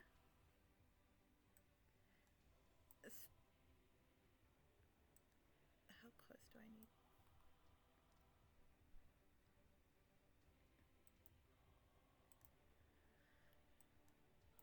Oh, even with Spiss's fantastic moving skills. Remember, diagonals still exist, Spiss. You're allowed to move diagonally. Oh yeah.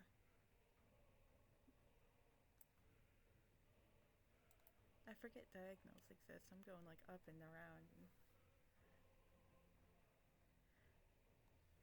Maybe Spiss wants to do an interpretive dance on the way That over could there be- with all of No. her insane movement.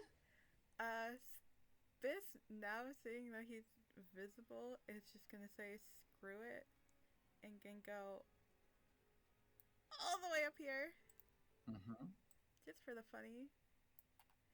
And using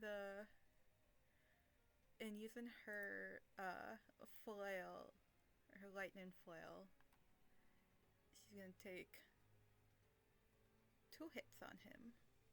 All right. And 2 she's gonna hits. try and use her bonus action to do the thing. Just to see what happens. No, there's a dick on All the right. end of it now. That's true. Do your 2 attacks with a flail, and you use your bonus action to do the thing.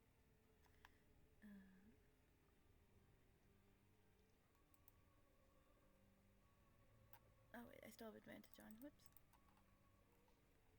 So that'd be okay. 19 does not hit, unfortunately. That would be a 13 because I had advantage on an accident. Or 19. And a sorry. 16 does not hit as well, unfortunately, as you swing across twice, attempting to hit Toru. He dodges the first one, and he activates his second effect for close combat. He has another one. No one told me about this. No one really, to be fair, no one really got into close combat with him. Yeah. When we we're did, we not. died. We don't have really any close combatants, so everyone was sort of trying to stay away from him as best we could. And run away with Guck. Meanwhile, Yeah. Spiss is like, screw it, I'm getting in his face. So there's a 24 hit, Spiss. A 24 definitely hits. Okay. As you throw your first strike, he dodges, grabbing the blade from the air as he was spinning it, and give you a quick stab on the side, doing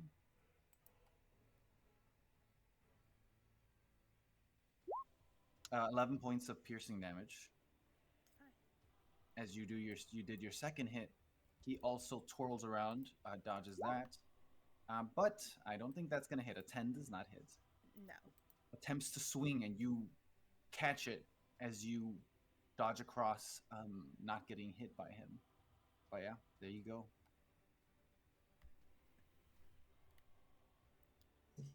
She sticks her tongue out at him.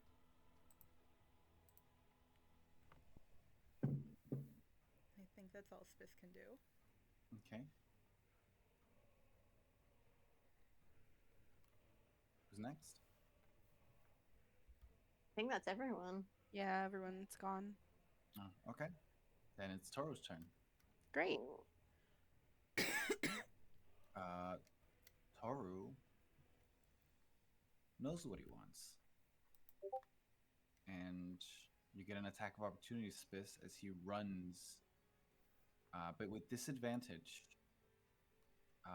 Almost at a blink, he kind of steps forward and dashes at a very incredible speed across, landing here. Oh shit. But you get an attack of opportunity. It's just at a disadvantage. Alright. We'll take a swing with the flail. Oh, Spiss, go. 18. 18. It was two really good rolls. Normally would absolutely hit.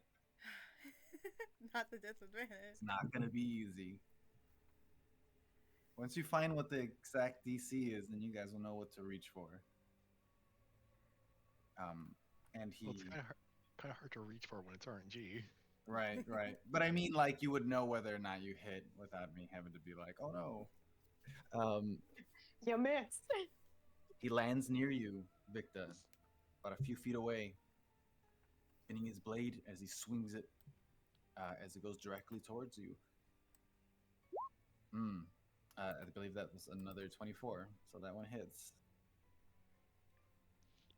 As a reaction, Vikda, not learning his lesson, casts shield on himself. Oh. Well, and that saves you though, right? It's just all it does is +5 AC, which makes it 21. Oh, wow. Okay. Unfortunately, as you cast shield, that magical force field aspirating, as the blade comes in contact with it, it just pierces through, dispelling. Actually, I think that's what it does also. It cannot be defended through shield. This is a Mage very killer. This guy is just disgusting annoying. knife that's specifically made to kill mages. And it hits you, doing 11 points of slashing damage as well. At least it's consistent.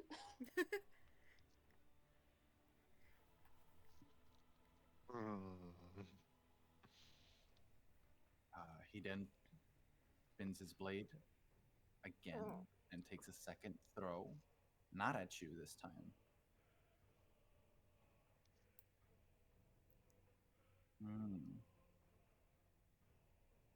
It lands next to Guck, not hitting him, right next to his head, but a few centimeters off, and he pulls it back.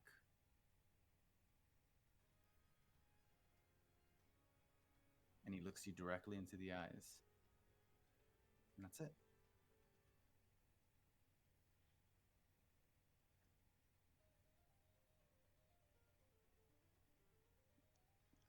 Vikda,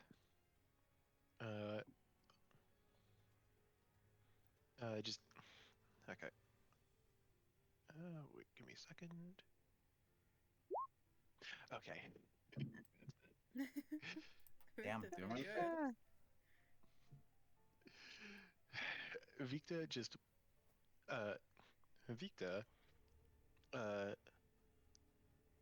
can't decide between like mutters or says, just like Vikda just says to Toru, stay away from him before casting Thunder Wave. Mm, okay. And that is Constitution saving throw. Yep. But there is all I don't think it matters. yeah. Kill. All right. What is there anything else you were gonna say? No. It's 2d8 damage, so it's 12 12. points as he's knocked 10 feet away. All right. He gets knocked 10 feet back as he slids across the ground. Oh. Come on. Show me something I've never seen before. Does And Does he get his Vikta knife does thing? also. He's pulled it back since he threw it at Oh, okay. he So he didn't doesn't he didn't react throw it after he every didn't throw it spell. off at Victa this time after casting the spell. It caught him off guard. Hmm. Interesting. Cool down. Note that one down. Can be surprised.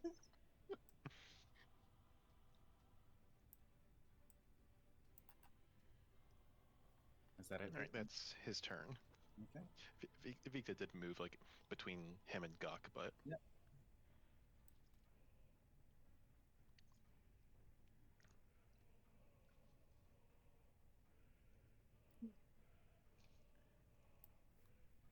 Who's next?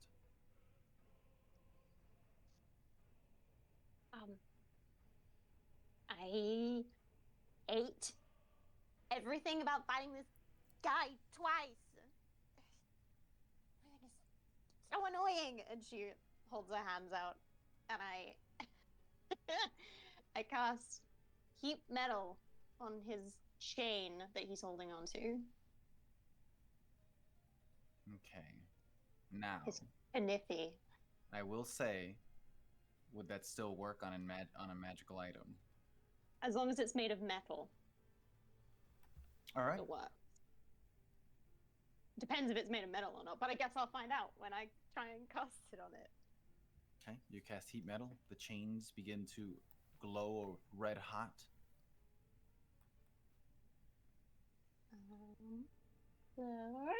Where is heat metal on my list? There it is. Heat metal. It's only 8 damage, but he has to make a Constitution saving throw. All right. That's a 21. Yeah, he Oh, succeeds. no, sorry. Different thing. That is He probably succeeds anyway. probably, but it's not 21 though. It would be 19. Yeah, that succeeds. Okay. So,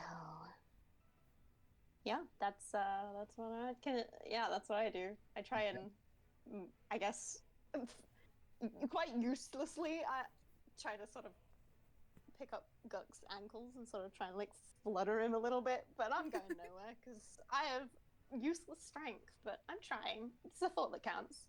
So does the heat metal spell stay on the chain? You can like reactivate it. Is that how that works? Yeah, I can. I just realized I lose concentration on the other spell that I cast. Oops, my bad. Completely. I do that in Baldur's Gate all the time too. But yes, it is a concentration spell Okay. from Cersei.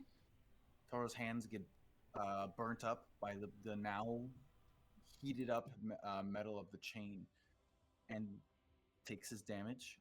Toru spins the blade, grabs it by its hilt or by its handle, and goes, "This is going to be frustrating." Unchains the chain and throws it onto the ground. Haha, cute. No chain blade for you. Which means he can't summon it back. Close range combat then. Fair. Fine. That's Close also and a personal bunny. is better for me, anyways. Still literally does the mocking hand motion. She's done. This guy's just annoying. Like everyone else is like sarcastic as hell. It's like Mary, like still doing that. Spist sticking her tongue out at him. Meanwhile, Vikda is still half to a panic attack. Everyone's making like Everyone's gesturing. having This is how we all Victor's cope. Everyone's having the Vikda, time break of their his life fucking except kneecaps. Vikda. Break his goddamn fucking kneecaps. Do it. We'll get there. Who's next?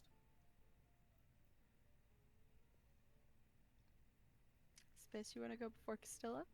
Sure, I can. Okay, cool. Hook him up. This is once again gonna get right up in his face Mm-hmm. and take 2 swings at him. Go for it. Oh, Fuck Yeah. him up! It didn't even matter that I had disadvantage on still. Kill! well, this one Counts for- wasn't. Yeah, no. Yeah, I feel like this counts for your 2 swings. Sure, why not? Yes! Does that count as both? Sure, why not? 2 nat 20s is pretty unnatural to roll. It is 2 rolls, so like It is. Right, but then I could have counted one of her other ones where she had a bad roll as both of her swings, but that's not what we did, right? But it is 2 nat 20s, and I want to respect the fact that you rolled 2 nat 20s in a row. So Rule of cool. This obliterates Toru. With a dick chain whip. Or lightning whip. She wasn't using, because of the magic thing, she wasn't using, Oh. I'm mad I didn't use the lightning on it. Oh, it's just the But- regular one. Well, I have it is the thunder flail, but I didn't cast, thunder. Oh. you can So cool. cast Thunder Wave immediately after hitting someone, I so it can? doesn't have to be beforehand. Yes. Then I- It's an activation that you do, so you hit someone, you can technically cast it mid hit. Okay. Then on the first hit, upon hitting him, she would have casted it. Okay, so the first hit hits him directly across the shoulder, kind of pulling him downwards as a big thunder wave, thundering noise comes from it, and it kind of forces him onto the ground. He hits the ground and kind of bounces back up from the amount of push that gives, because he still needs to be near you. I'm trying to make him not leave your area for the second hit, so you don't get that 10 feet back push from him, but you do get 2 critical hits. So Roll for damage. roll for damage. Okay, so let's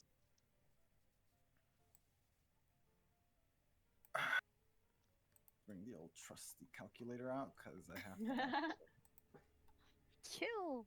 So it is the D8 is for the strike, and then there's a D6 of okay, so 8, 6, 6. All right, and then some other 6.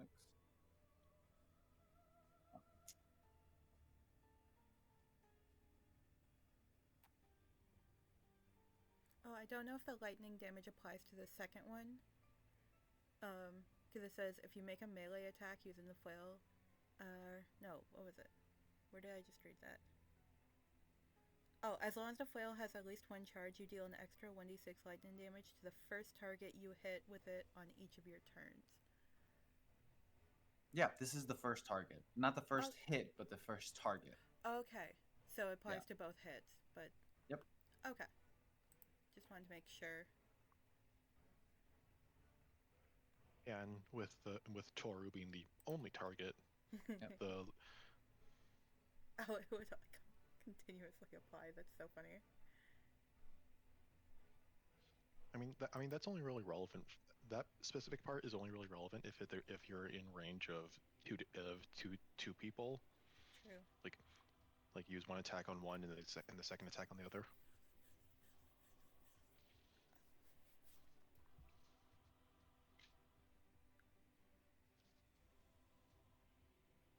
I would say don't jinx him being alone yet.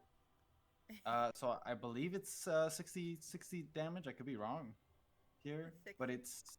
it's the so 8 plus 8 from just max damage from the rolls, plus 2 6s plus the max damage from the lightning. That's correct. Then I added a 6 because you get a +3 for both of the strength for both of the hit swings, and then that plus whatever's on your actual roll that you currently have right now.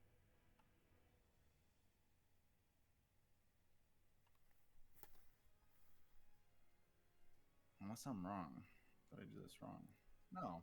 No, that should be That's correct. right. Yeah. So 8 times 2 is 16, and then plus 12.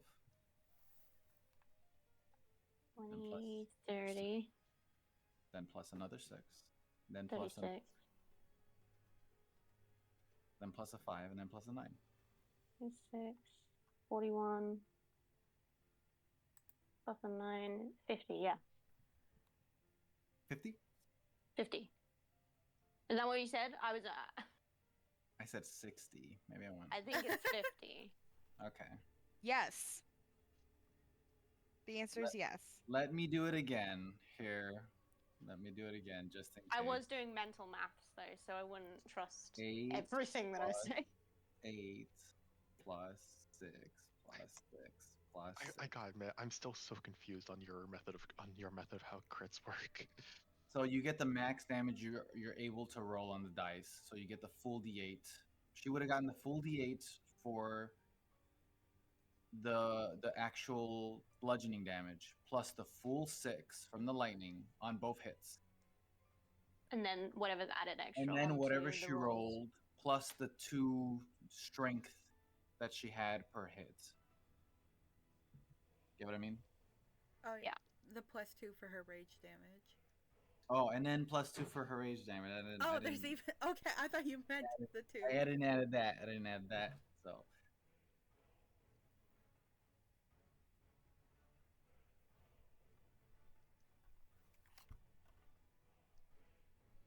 Yeah, adding all that together, I got 64.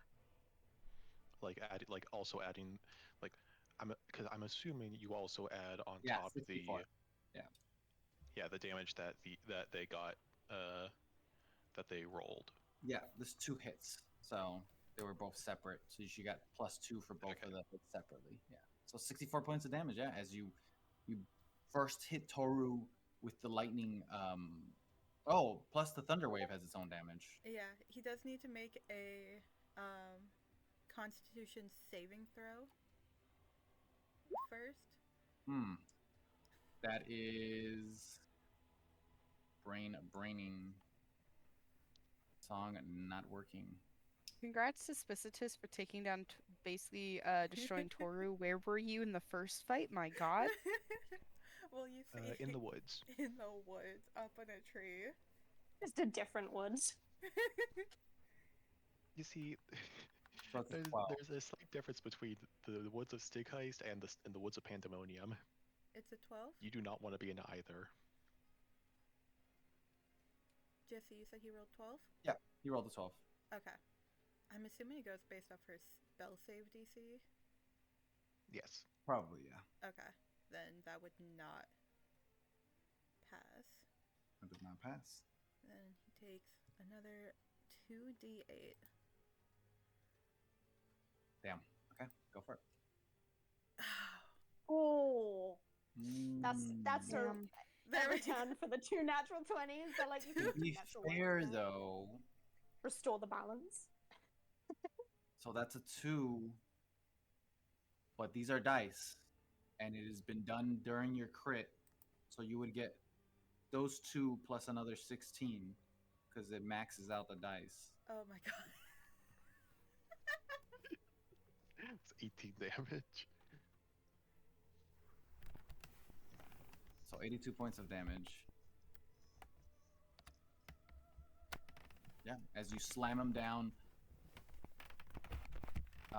with the electric morning star over here, flail, the thunder wave pushing him onto the ground. He hits the ground hard enough to bounce back up almost, and as he's coming up, you do an uppercut with the flail again, hitting him backwards.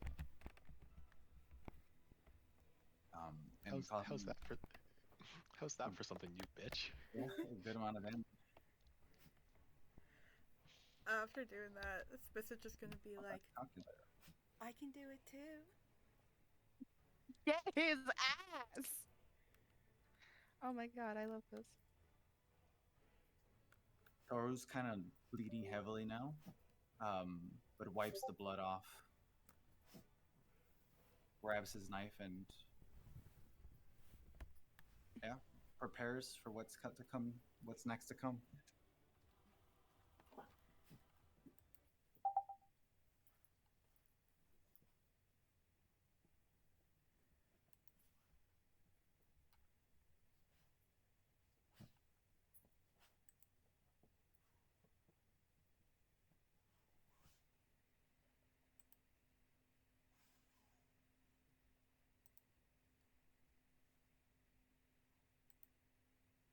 Did Toru get you? Toru has survived. Oh, I heard sound. Sorry, my like Discord had like a little pop up that was like, because I clicked out of it and then clicked into it and whatever, and it was like, do you want to change your microphone? And I meant to click no, but I accidentally clicked yes, Okay. and I don't know what mic I changed it to. So That's okay. You sound the same. Yeah. yeah, I just changed it back. All right. Well then. I assume that's your turn. Yeah, I think that's all All right. Spiss can do. Who's next? I think Castilla's. Yeah, let's get there. I'm gonna go parallel with Vikda. I would like to shoot again because I'm determined to fuck this man up. Go for it. Fuck him up. 29. 29 hits. That's a 19 That crits, yeah. and a 12. You know, That's all. swings and roundabouts. You win some, you lose some. So the second one goes far, but the first one hits him. As it hits Toru, where it lands, an explosion lets out as the bullet lets off a little mini explosion. Castilla yells at that. She wasn't expecting that. Ah, okay. So it means getting. So question, because it only says Firefly happens when Castilla gets a kill with a critical hit. He's not dead yet, right? Right, but I changed it to also if you just get a crit. That's why the Okay. explosion happened, yeah. Oh, right. Okay. Yep. It's written there. So he Yeah. needs to make a DC 15 dexterity saving throw. Or get another 2d6 of fire damage. As well as Specificist needs to make the DC dexterity saving throw. Well, shit. Oh boy. Which is within range of the explosion. Sorry, Spiz. I didn't know it explode. Whoops. Dexterity save, that is a 17. All right. Yeah, he saves. So he takes half 2d6. So it's 3 fire damage. Would my danger sense apply to this? It's advantage on dex saving throws against effects that you can see, such as traps and spells. Technically, you can see it. It's in front of you. So Okay. So I would have advantage on this dex. You saving would. throw. Lovely.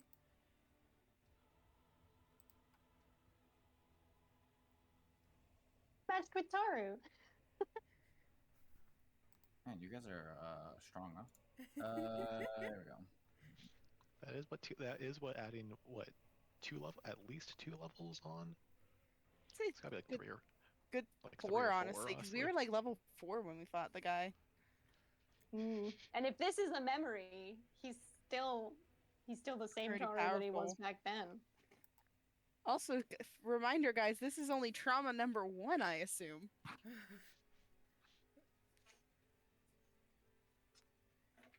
Unless this is like a package deal for you guys. Considering how we're having fun and Vikda's the one going through it, So 39 points of damage from oh shit, Emily. let's go. Gun. Damn. Castilla's shocked that worked. You see him rile back with the explosion, even though he was able to negate some of the damage. He's looking pretty rough. He looks back and he goes, "My own gun, huh? You stole it! I stole it from you! That took There it you fair and go. square. And so Still did steal. you. Yeah, because you left it. It's what you I get did for no trying to kill such us. thing." Skill issue. Skill issue! Yeah, Spicitus, I love any and all interactions you have with this man now. Go Who's go next? Spic. Is that all for you? It is. Hmm. Was that everyone? I know Yeah. I Vikda think it went- might be, yeah. Yeah. Okay. Toru takes a breather and then Not allowed. flexes as he disappears again within a fast Blah. dash. Not into the nothingness like before, but he just dashes really fast. Go ahead with disadvantage, Spiss. Kill. 2 nat 20s. Come on. 2 nat 20s. 2 nat 20s. Again would be nasty. Ah, Damn. not this time. That's a 20, There's a 20 not the right on the spot. first roll. unnatural 20. He appears here Yay! as he, My old He Palin wants his buddy. gun back. Well, it's mine. Too bad. after effect, appears near you, goes and does a triple swing as he's now doing a close combat attack. Let's go. Come on, 3 buddy. attacks with disadvantage.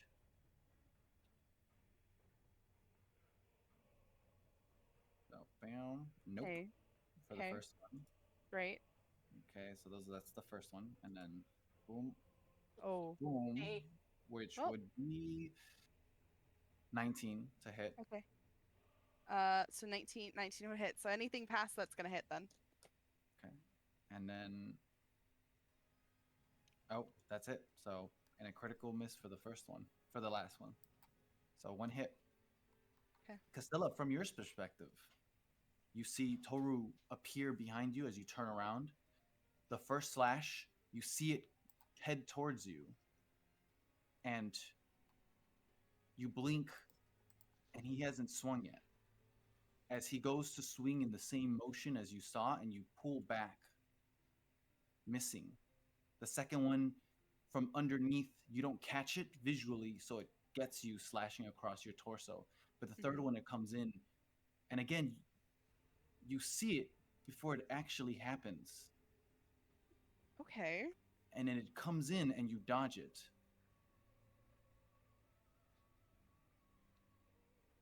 So, see the damage for the second hit. That's 13 points of piercing damage. Okay. Ooh. So did that nat 20 not apply? Oh, right. Disadvantage. I got. I. Advantage, yeah. Okay. He had disadvantage on attacking you. Thank fucking God.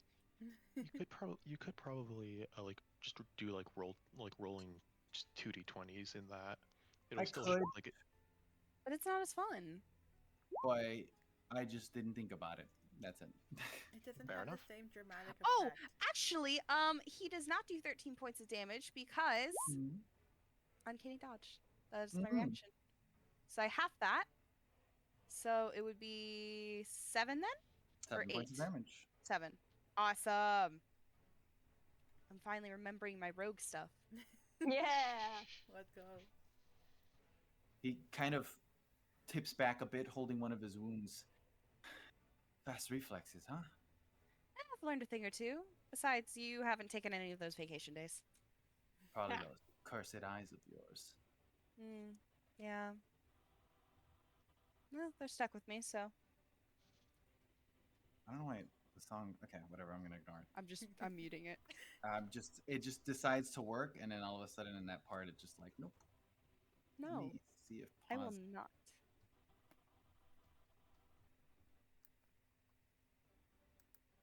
Nope. Okay. All right. That ends his turn. Yippee.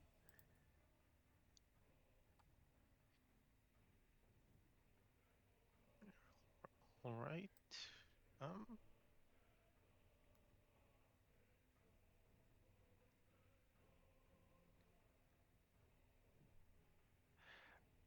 Feel like yeah, I think I'm gonna do that.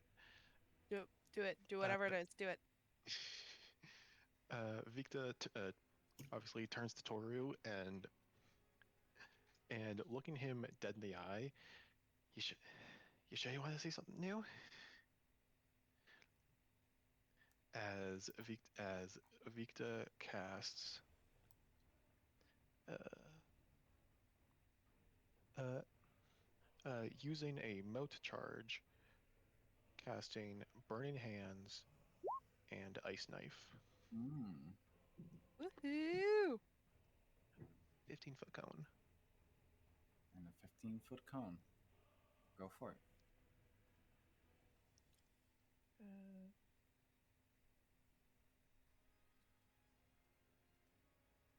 Linger and crap.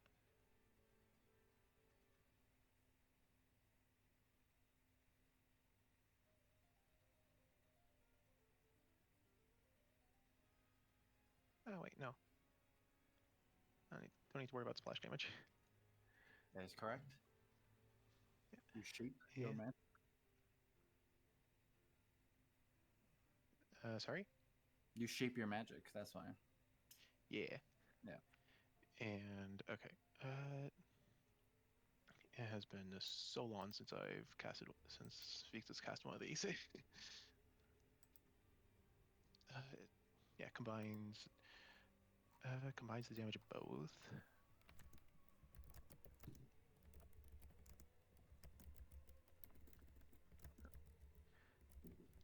Okay, okay.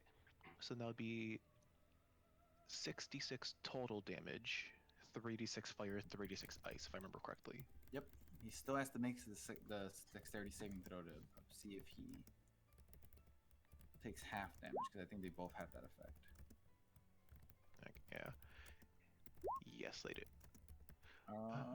Which would be 16. Okay.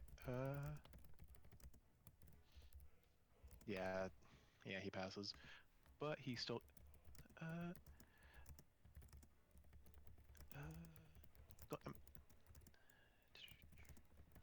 Yeah, so that'd be that's 21 damage. So that's still 10, still a bit 10 damage, or would it be 11? It would be 11 damage. It's rounded up for you guys. Rounded down for the enemies. All right. All right, 11 points of damage as you hold out your hands. The glow from emitting from you, giving off that rainbow sheen to it.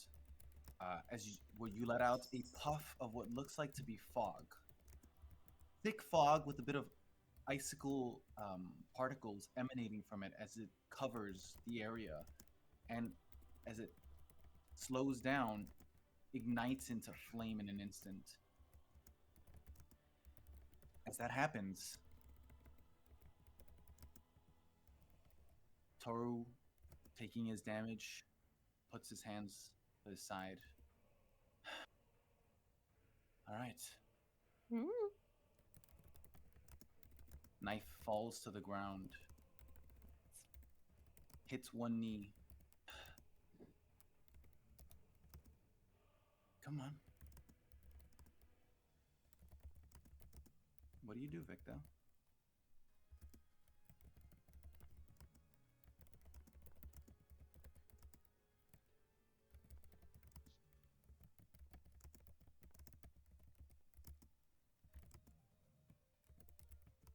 I'm gonna cast sleep on him. All right.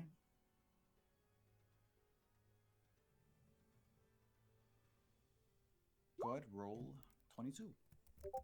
You cast sleep on Toru. How would this work? Hmm.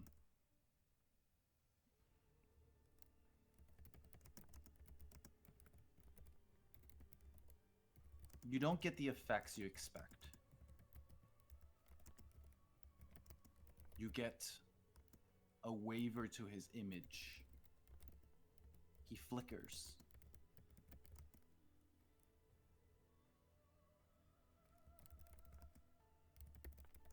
That it?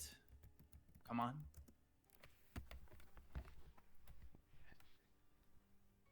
You I want me? can You want me to finish you off, don't you? I can no longer fight.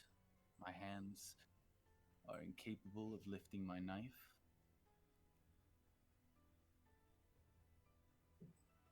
This is your chance.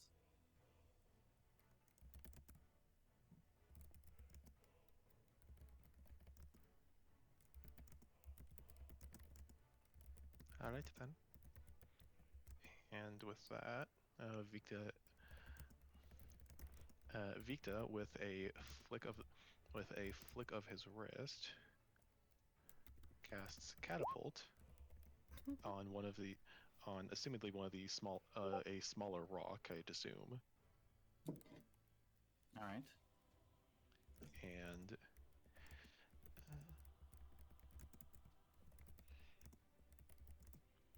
yeah, he would have to make a dexterity save or immediately get hit by it.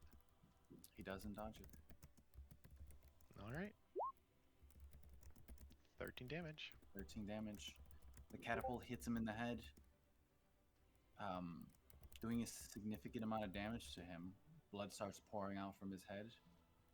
He doesn't seem to go down yet. Stares directly at you.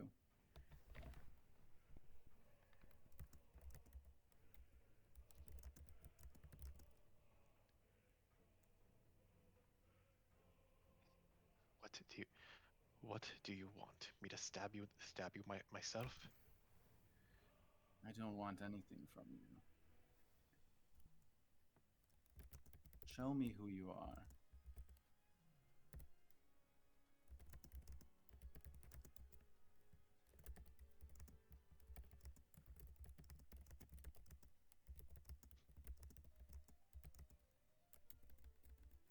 Okay, the fuck? Either kill or not. Do not kill. I Yeah. think that's what's happening right now. You guys Do are no you- longer in combat, by the way. Oh. Do you have some? Are you compassionate? Would you? I guess that in Cersei's voice. I think it's. Do you want to kill? Do you need to? Do you want to Can get you- rid of the man who hurt you so, or are you the better person? As much as that sucks to say. What I would think you do? Make your decision.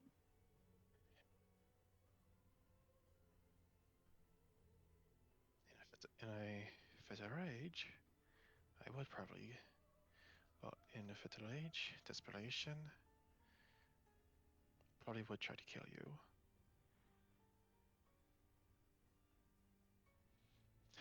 But I also know that you are not real, and not the man that has, tried to kill me and hurt my loved ones. So, no, even then, that man, for that man, it's been 5 years.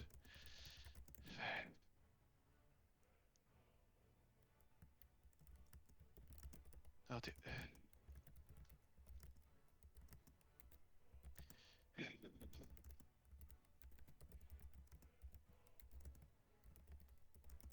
that's it?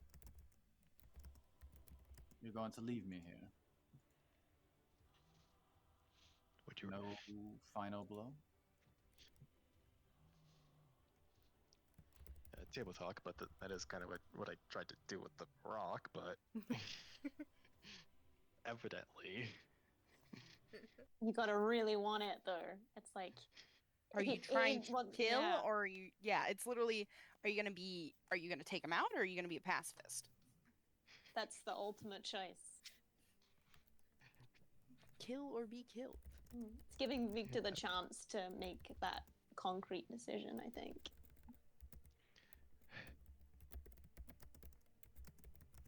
Well, he did want to fucking go to sleep, so.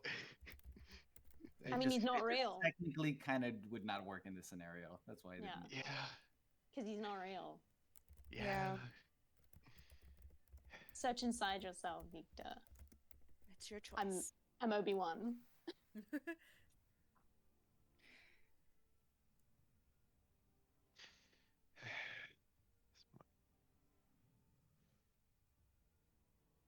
Let's leave him. We got other trials to face. Vikta says as he turns around and starts walking into the forest. He stands up, lifts his blade. Before you leave, his visage flickers, and so does Gux. Before you no longer stands Toru holding the knife. In fact, Toru never was standing before you holding the knife. A visage of Guk the last time you saw him. Bloodied, left the way you left him. Well, Toru at least. That's our And dad. Toru lies tied on the ground. Yeah.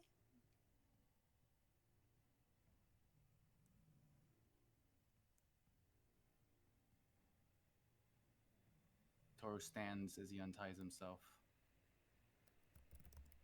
Well, you surprised me, wizard.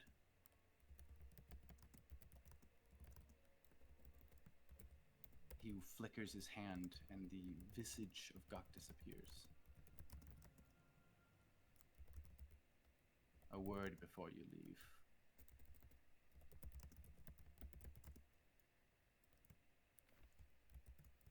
Be careful where you tread.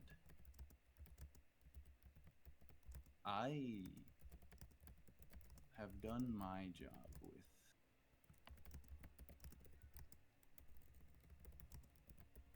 conviction.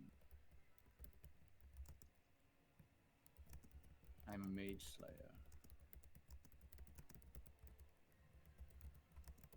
Because in my time, mages quite easily turned. Such power tends to corrupt.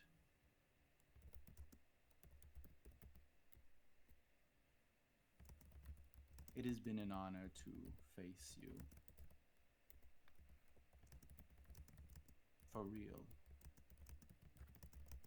For you have gotten one thing wrong. I am you. But I am me.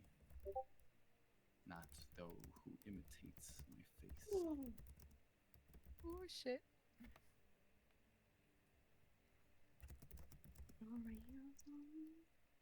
I can see it in your eyes.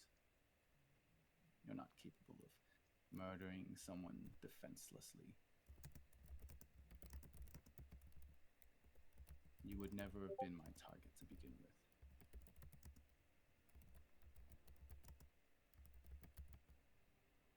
And I've never used or stolen that gun from anyone.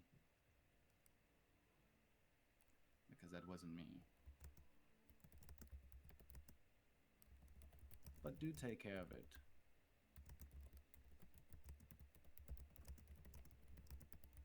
Hey, Captain.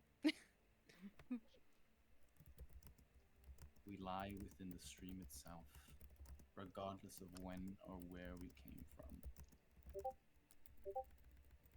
And I see the mockery that's being made of me.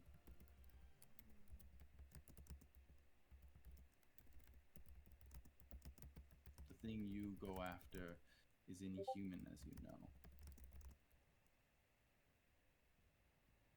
She can imitate the visuals of anyone she wants, but not just that.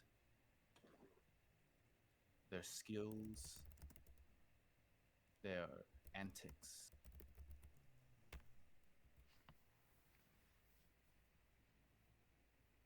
But even she doesn't know everyone completely. And she has a managing way to slip.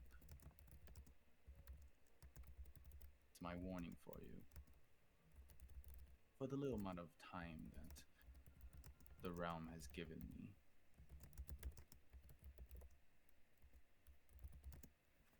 Toru then fades. And so does your surrounding. As you now stand in a room that's surrounded by stone.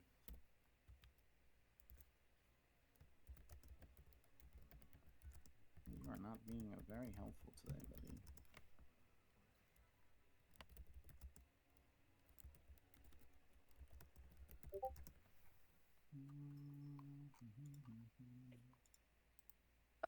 And with that, we're gonna take a 10-minute break real quick. Thank you. I need the bathroom. I will be Yep. right back. Yep. Damn, that was the real Toru. I'm so happy. That was so cool. I genuinely love whatever Toru's build is. It is really cool. And he's really cool to watch fight. And I'm so sad that you didn't see the original combat build because we got our asses handed to us. I think it would have been really cool to see. Yeah. But this was fun. He is so cool, and I really do hope we see more of Toru because he's an asshole and he kind of doesn't like us, but he's really cool. Only kinda. I'm sad Spiss didn't get to steal his chain knife. Yeah, But we might be able to steal. We might be able to steal the. We might be able to steal the chain knife of the one in the material plane, Spiss would Yeah, love maybe. that. or the it imitation. is the a really imitation, at least. badass weapon. It literally, like in that combat, the first combat with Toru, it completely shut down Vikda, Cersei, and Isarel. Like they were completely useless, pretty much in that. It was genuinely terrifying because we didn't know what to do. Because every time Vikda went down, Cersei kept trying to heal him, but then he kept hitting her with the knife, which stopped her spell. It was bonkers. It was insane, that combat. This is why you need a barbarian to do the melee hits. Yeah. That was back when our frontline character was Castilla. Still love, so... yeah. So I don't know if you saw that post that I in the Discord that I said, but literally the only time we got into melee combat was when Castilla went up like toe to toe with him, and he knocked her out within like maybe 4 rounds of attacks. He had like 3, I think, with melee combat, and he knocked her out in 4 hits. Oof. Yeah, it was so quick. Like it was like boom, boom, boom in 1 hit, and then I think she hit him, and he like retaliated, Oh no. and then he knocked her out. It was insane. He's calls himself a mage killer, but he's just an everyone killer. He's just really good at killing people. This is just gonna make Spiss a lot more cocky when fighting the Toru in the material. In the other Toru. She's gonna be like, well, I kind of kicked the other one's ass. Helped kick the other one's ass, so this one shouldn't be that much different. This one's fine. I can kick this guy's ass too. Definitely not a adjacent god-esque being. It's not her problem. She doesn't need to think about that. He's really cool. He's very, very cool. I kind of hope we're gonna start because this Toru says he's the real Toru, and he is quoting stuff that happened in our Pandemonium battle. So, like in theory, that means the Pandemonium Toru was the real Toru. If the Pandemonium Toru was the real Toru, then that would also mean the one that made the deal with Anastasia is the real Toru. Or right? he was pulled and he got the memories based on the Or what we know from what we know. of the event. Kind of like a Maybe. projecting the Toru we know onto the real one. And then So would it be the real one though? If it's our projection of Toru, it wouldn't. yeah, would it be the real one? we fought the you guys fought like the fake one, and using our memories, it projected the memory you guys had of him onto the real one, and then we killed the fake one, the one that was tormenting you guys, and the real Toru was able to say the things at the end. Maybe. That's my idea, at least. I guess it depends on how magic this magic cave is. I'm guessing very magic. How magic is I'm this gonna say- magic cave? Considering time doesn't affect it, I'm going to say very magic. I'm saying incredibly And- magic. It does make sense that Castilla could see a soul line then, because if that was the real Toru, Yeah. you know, Hey Siri, if how it was an magic is this magic illusion. cave? Illusions can't have soul lines unless somebody knows of the soul lines and purposely does it as an illusion for Castilla. But that's weird because not everyone knows that. Okay, I know, I'm stopping now. The cave is like, she has magic eyes, I've got to mess with her too, otherwise it's going to be really difficult to fool her. I'm gonna be right back. To He's manufacture fake and I some know soul it. lines.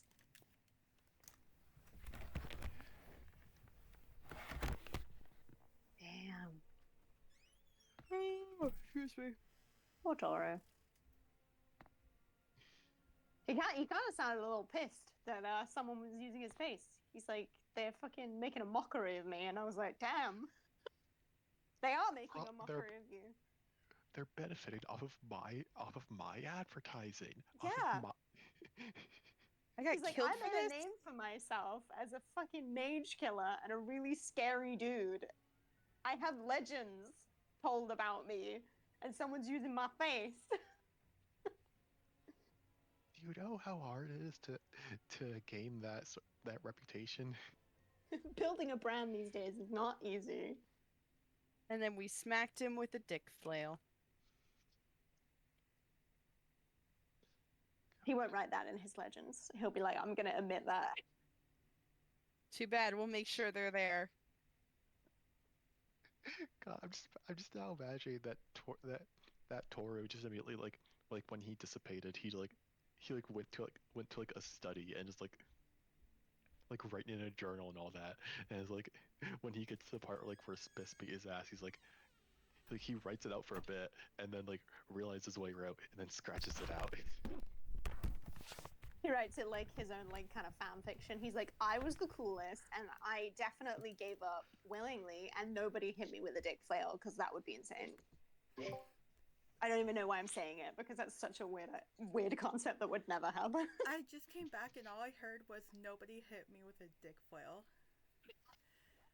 Exactly. Nobody hit you with the dick flail. No one hit you Don't with worry a about dick it. flail. Yeah.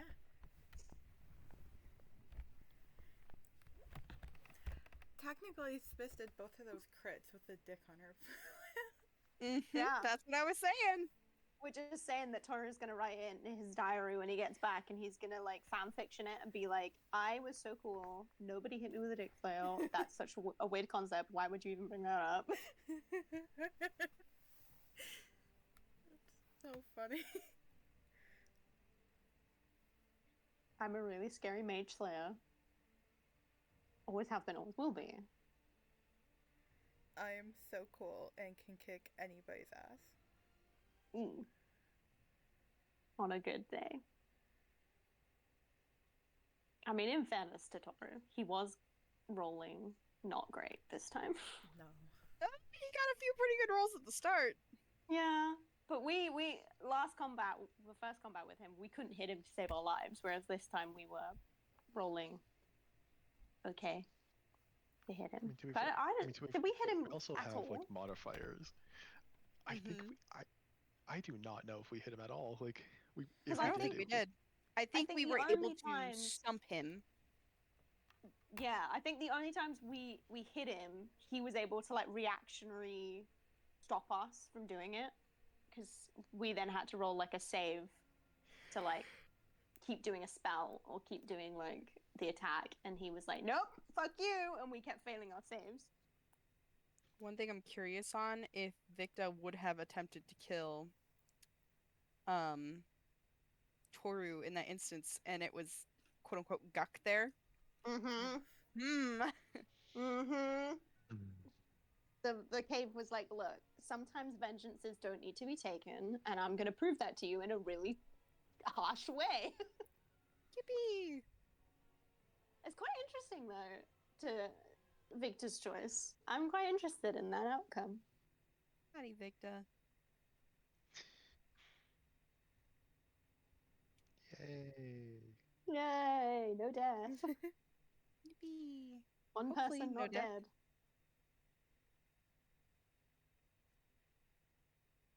Only I if think that's like the really big outcome on like characters a lot of the time is it's like who it given that choice, like what would you do?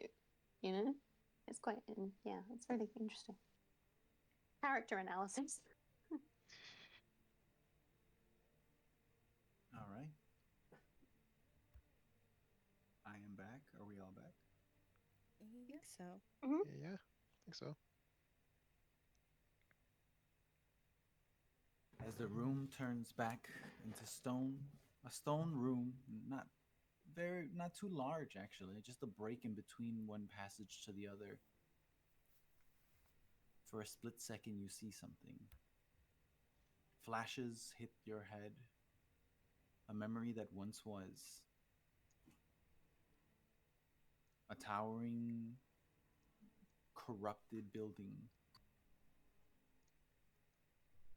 A man, individual, in cloaks, unable to ascertain his face, but his hands decrepit.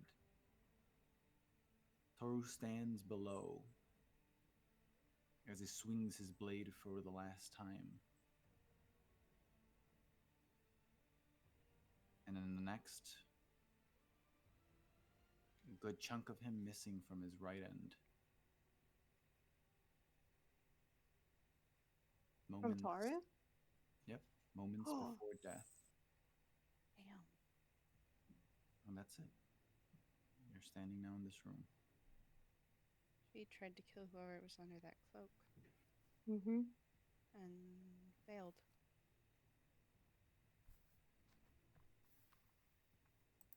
At the other end of the room is a passageway that leads further in.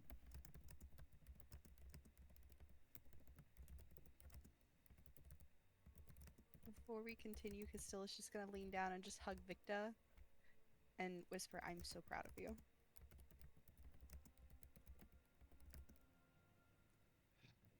Thank you, but we have to keep going. I know. are you sure?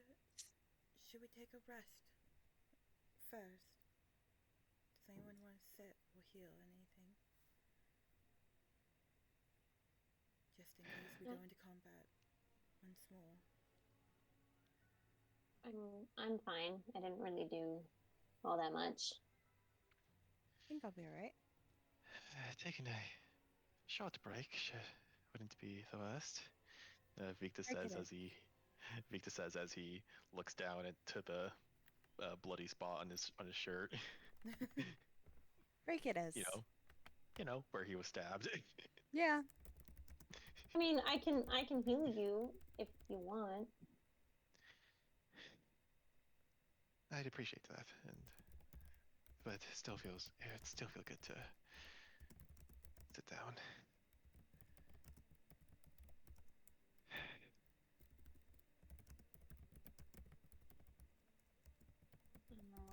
I will cast a healing spell on Lisa. I cast 2 words, and I'll do it at shipping level, and then I'll get my spell of power to get the spell back after I cast it. So I'm not gonna change anything. Oh, that's crap. Get 6, 8 plus 3, 11 points of healing. Oh, that one really fucked me. D8.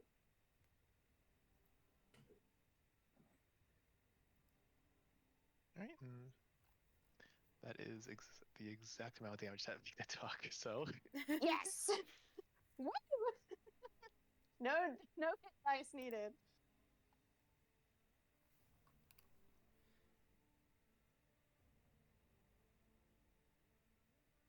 All right. Take your short rest. Anything you guys want to do or talk about within the short rest?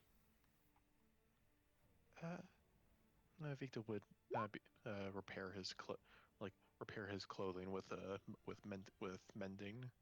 Mm. Okie dokie. And also I'm going to use arcane recovery. Is that rounded up or down? Check. So I don't know if Vel said what she rolled, but basically she was able with her bonus action on hit to dispel anything. Oh, yeah. Ooh. Ooh. But So I mean, he couldn't unfortunately, do the retaliations and stuff. no. I mean, the only thing it affected with was him going in and out of his. Oh. No more hidey hole. That was still cool though. That's clutch. It didn't really get to work super well, but you know, it's fine. Yeah, that's all right. You can always roll it again. Exactly. Of the other 99 options. 99 options to hit on the wall. 99 options 99 to options hit. to hit. Take one down, pass around. 99 options to hit on the ball. Question for a short rest. Um, how do hit dice work? I don't actually know. I'm realizing. You choose the amount you want to use, like out of the total you have. Yeah. On your character Roll sheet. one at a time. Yeah. If you click hit dice on your character sheet, it'll just roll it for you, and then you can Okay. decide how many you want to roll. Okay. And I can roll one for a short rest. You can roll roll as as many many as you want. Yeah. I Okay. just recommend doing one at a time so you don't accidentally overuse them. Yeah. Yes, for sure. And then you get half that, right? No? No, On you a get long rest? the full No, roll. like, on a long rest. You get your hit by Yeah, that. you get half you on a long rest. You get half your hit dice back. Yeah. Oh Like, yeah. your total. Yeah. So if you 13 is pretty good. This is back to full health. Nice. Yeah, I wasn't gonna roll more than one because this was only missing a bit.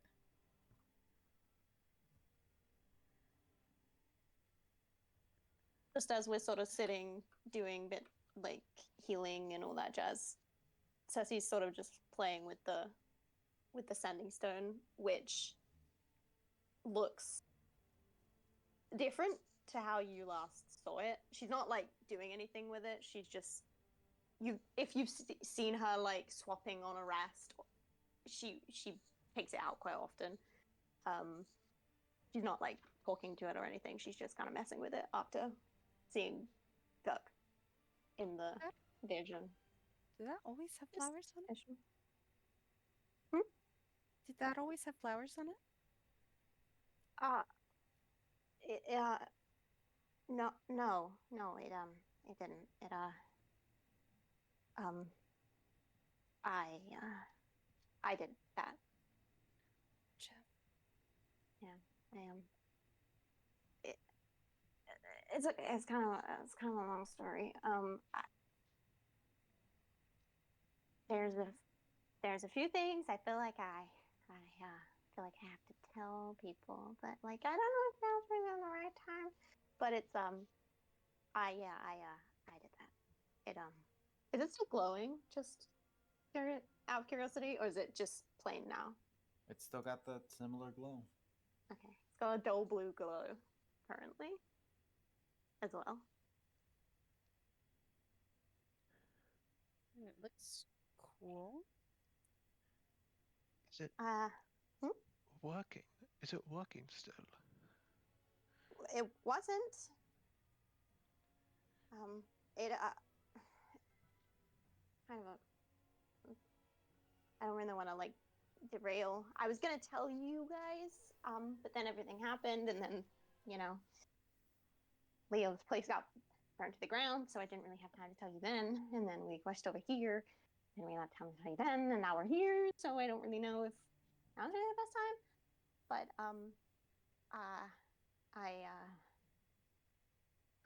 I mess with it a lot. It kind of makes me feel better. And when we were in Eden, I tried to talk to Anastasia.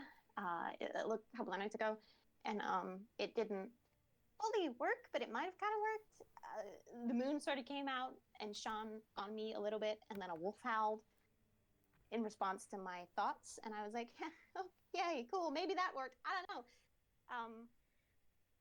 And then last night before, when we were at Alma's, I used it. I don't know why I thought it would work. I don't know, and I thought maybe I could try and talk to Duck because we can say his name now, and it was kind of more of a comfort thing. I didn't think it would do anything, and I sort of did that, and she kind of points to the like creeping vines and the blue little forget-me-nots that are like kind of pulled the stone together. And I spoke to Duck. I said how much I missed him and how we were still thinking about him and how we were going to find him and all that sort of stuff. And he spoke to me. Wait, you heard from Guk? You got a response. Maybe, I mean, I focused, because whenever I was talking, when I got the response from Anastasia, I was focusing on the fact that, she was my mom. So I was focusing on that sort of family connection that I normally do when I'm trying to like brain talk to her. And then I thought, you know what, maybe I should focus on the fact that I have a family connection with God, because he's my uncle, technically. So I focused on that, and then it glowed a lot, and it fixed itself, because the cracks are no longer there. That happened when she dispelled it. There was like, almost like spiderweb cracks up the stone. Those are also notably gone. And he, I think I heard him. He didn't say much. He just said my name, and that was it. But you at least heard from him. That means he's alive. I think so. Something. That's good news. That's great news. I hope so. I mean, I think I thought it was him. It sounded like him, and I'm hopeful that it's him. And I was gonna talk to him, or try to, later when we're not, busy. Sure. I don't know. I promise I was gonna tell you guys. It was like one thing after another. It was like, oh, we wake up, and then we had to go here, and then we definitely had to go save Raven, and then we had to come here, and I promised I was gonna tell you. It never felt like the right time. You are quite alright. Things just had to get in the way, and you are alright. You are fine with that. Just sorry I made you dispel that. It's not your fault, big time. It was definitely fucking everything up. Whether or not it was its own fault, it was being not great. And we were scared. We didn't know what we were dealing with. Didn't know you kept it. Yeah. It reminds me of him after, which I don't know if that's an insult to Oz, because Oz gave us the stone, but it reminds me more of Guk, because we spoke to Guk more on it than we did Oz. I just, yeah, it sort of makes me feel safe, I guess. So I sort of just Kept it. But I don't know. I don't know. I guess next time, whenever I do use it, we can all sort of sit and listen, and maybe he'll talk again. Maybe. Hopefully. You said you were in the moonlight when you used it, right? Oh, moonlight, not exactly. I outside. It was when we were at Alma's, so it had like a little view of the sky, not the best. The moon came out when I tried to talk to Anastasia. Um, the moon came out briefly, um, but I was under the sky, somewhat, both times. Okay. Might it having access to the moon is a possibility, not doesn't evidence does not seem entirely strongly pointing towards that, but still a slight possibility. Mm-hmm. Totally. I mean, I always feel a connection. And she kind of pauses at like, I always felt a connection. She's like, and kind of chokes it back a little, like the word she was gonna say, and then sort of kind of shakes her head a little. Sorry, I always felt a connection to the moon when I was a kid. I usually did my best thinking at night, so I clears my head a little. So usually when I try and make big conversations with outer powers, I think I think better when it's dark. So that's when I feel comfortable talking to them anyway. That seems like seems a bit ironic in the grand scheme of things. You're telling me.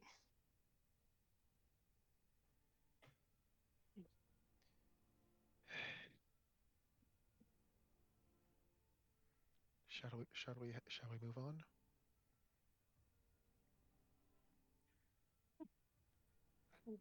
Says he puts the stone back in her bag.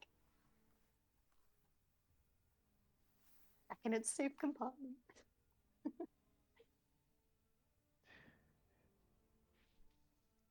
In that case, let's head out. All right. Assuming there is a direct way to head out. Yeah. I do some cheering. There's another pathway on the other end. All right. Let's go. You Go begin team. to Oh yeah. Let's go. head Go. Woohoo! further to the pathway. Broken apart, but I got the phrase through. Doing great. We're really just In trying to be between. Mario. Yeah, in between Mario. I call Princess Peach. I call the Goomba. Which one? All of them. All right, shit. Question: who would be the one to love to play Waluigi? I feel like that'd be Cersei. Dibs. Nope. Okay, Vikda instead. Look, I have an affinity to dry bones, and I always have. I love dry Hell bones. yeah. Dry Bones is so good. None of us are actually Mario. That was Luigi. Nice. AU, where we all play Mario Party as our Oh D&D. god. We can do that for a session. It is a thing we can do. Oh god. That is a thing we can do. We're just yelling at each other about stealing stars. We gotta be in character for it. That's Oh the my only gosh. thing. Cersei, dare I you! swear to that. Cersei, I swear to the heavens above, if you do that. Vikda, stop stealing my goddamn stars. I swear. Stop. Counterpoint. It is funny. Spits and dead last. Am I winning?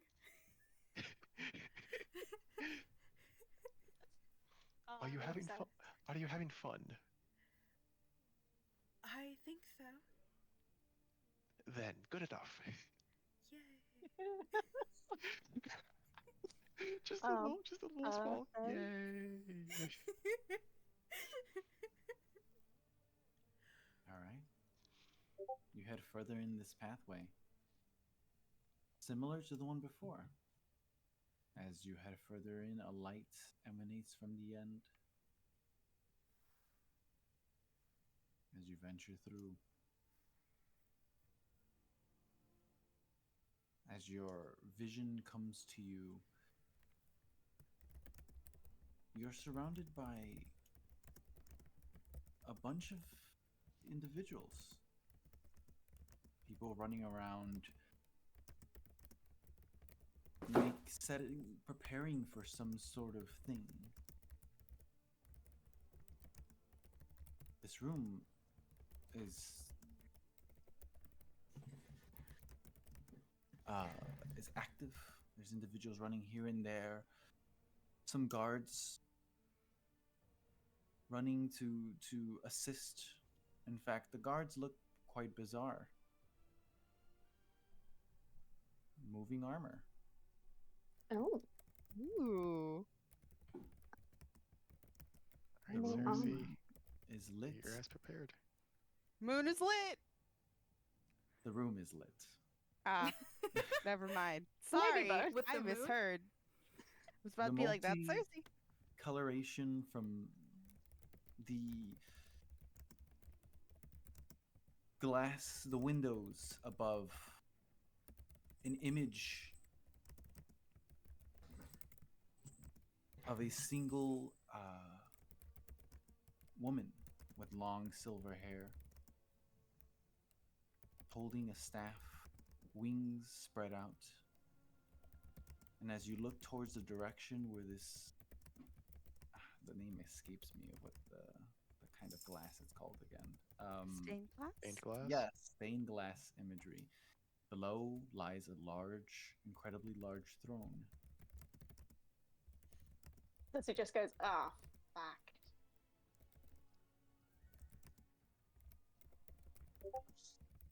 You got this. Who needs emotions, right, guys? Cersei. Oh, it's so royal in here. What wonderful architecture. Look how pretty everything is. A lichen individual runs or walks towards your direction. A tiger of sorts, wearing these like whitish attire to them that you've seen before. Can I help you?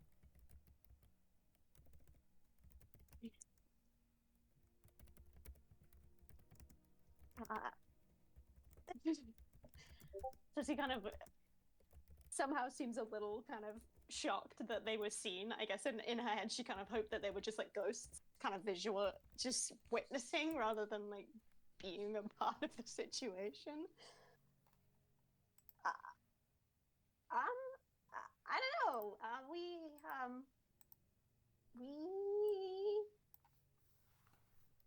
just wandered in. Is there I'm not gonna is tell there a you. festival? Is there a festival going on, or what are you all what are you all preparing for? We are preparing for the usual festives that we have around this time. It is the Highness's. Well, I was gonna say birth, but it doesn't really work that way. The day of celebratory for her age to come. It like in everyone's heads, Cersei is like, now that she's quote unquote dead, that's the celebration that you guys went to. That's like celebrating the fake queen. That's kind of that date, but I guess she's not dead here.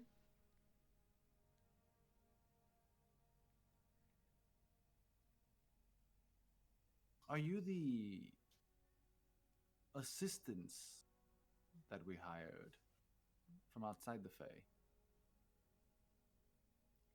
Yes. Suspicious nod. Make a persuasion check, Swiss. You got this. To be She's so fair, good at better than persuasion. I believe in you. better than Vikda saying that. Oh, Not- God. That's not awful. It's not bad at all. You got fucking that 20 on the other one. God damn it. Yeah, I could have had a nat 20, but you know. You got turn off disadvantage. It's I good. turned It's it good. on, it's normal. All right. Y'all dressed peculiar, I must say. I've never seen attire like this, except for you, but perhaps some of you are not from the Fae. But yes, the Queen requires assistance. Please, by all means, you will be monitored in there with her. Obviously, for obvious sakes, though. Of course. Follow me. She's over here. He leads you to a passageway that goes to the left of the throne room. These doors are quite large. As he opens these smaller doors that are essentially made from within the doors themselves for the people who are not super big. And he leads you to what looks like to be the entryway of a room. She's in here. She's having trouble with preparing herself, and she wanted assistance from outside the castle, someone that might have a different view set on how to dress for the occasion. But good luck. I will be here outside if there's any assistance necessary from me, from the Queen. But let her know that you're here. Cersei was like a couple of steps behind everyone, like the entire walk, following the guy, and like behind her, like as she's going, she's like continually doing that like druid craft a flower, let it drop. So there's just like a trail of flowers from where she's been walking because she's like kind of stressing out, but she's like, oh, it's fine, I'm just growing flowers. It's completely natural. Normal fairy things. Fairy things. Maybe I grow flowers where I walk. These people don't know. He enters the room, and within a few seconds, comes back out. All right, she's ready, and opens the door ever so slightly for you to enter. All right, time to play dress up, I guess. Be dressed to impress, guys. Let's go. Guess As we you all do enter the room, Cersei isn't moving. Nope. She can't. I guess it depends if anyone is even looking back. Do you just all walk in? do Well, you just all walk in? Well, not. How I mean, excited not are you to see- meet the Fae Queen? This is committing to the Oh. bit of being the hired help. I mean, not see. I mean, assuming that Cersei like actually like walked instead of floating like normal. I mean, I also feel like that like Vikda would take notice of can see of him being able to see like Castilla and Spez in front of him. No Cersei, so long way is just saying that Vikda would turn around. She looks like she's seen a ghost. She, like, you know where someone has that kind of look on their face where they look like they're about to throw up? It's like that. Like, she's kind of sweating a little. She looks like she's going to throw up. She's stark white. And just like, almost like a deer in the headlights kind of look to her face. But she just can't move. She physically cannot move. Cersei? Vikda like does walks back. What whatever is past those doors, we'll be there. We'll be there with you. It'll just one step at a time. I think I'm gonna be.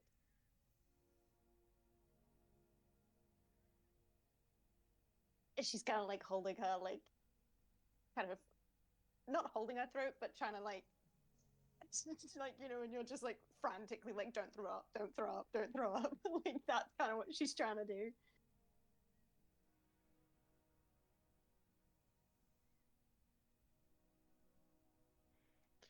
Do you need a moment, I suppose?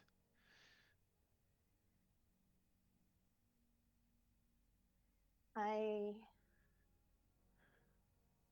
don't think I'm ever going to be ready to walk into those doors. And I don't know. This sounds so stupid. I don't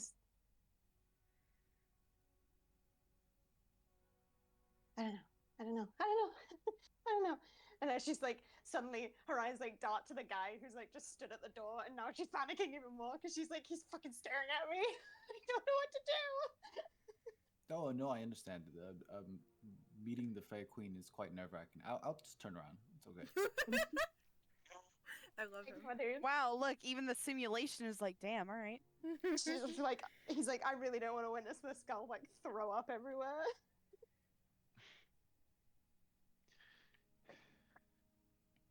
What if I just like close my eyes and I just hold on to you and you walk me in there? That'll work. That works for me.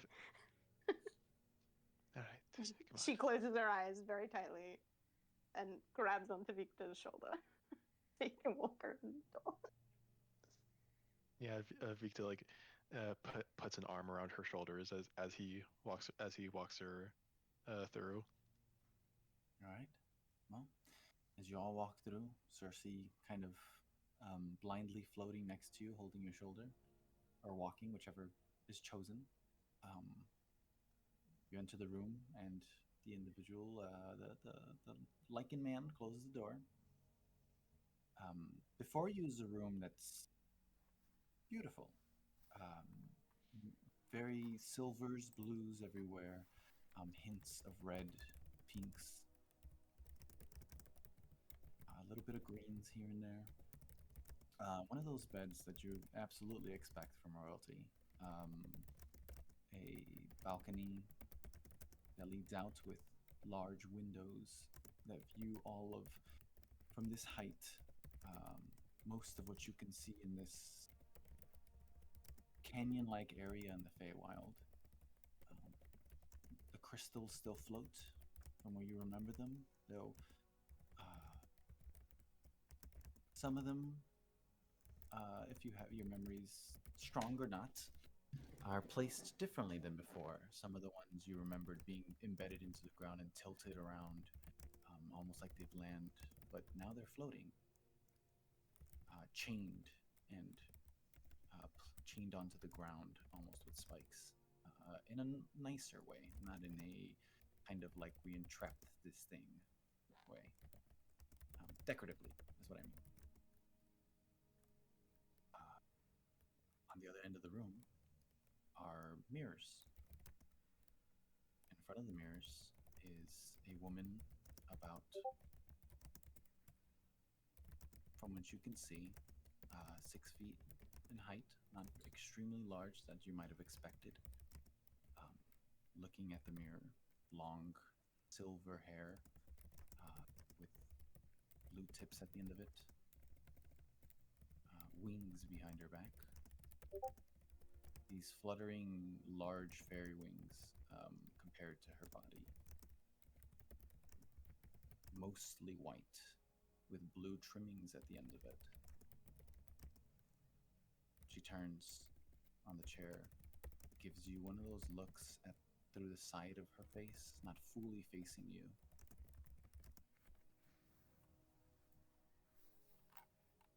Well, you've gotten this far.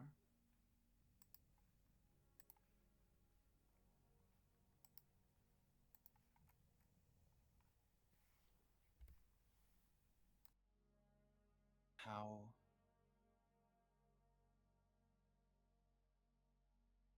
this is a place for you to rest for a little bit.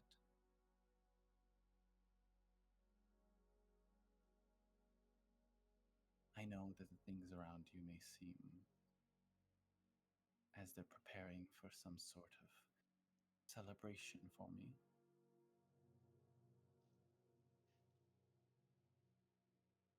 But none of this is real.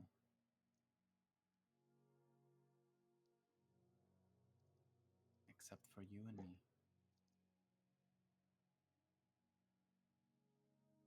And that's where we're going to end today's session. Except for you and me. It's the real Anastasia, I think.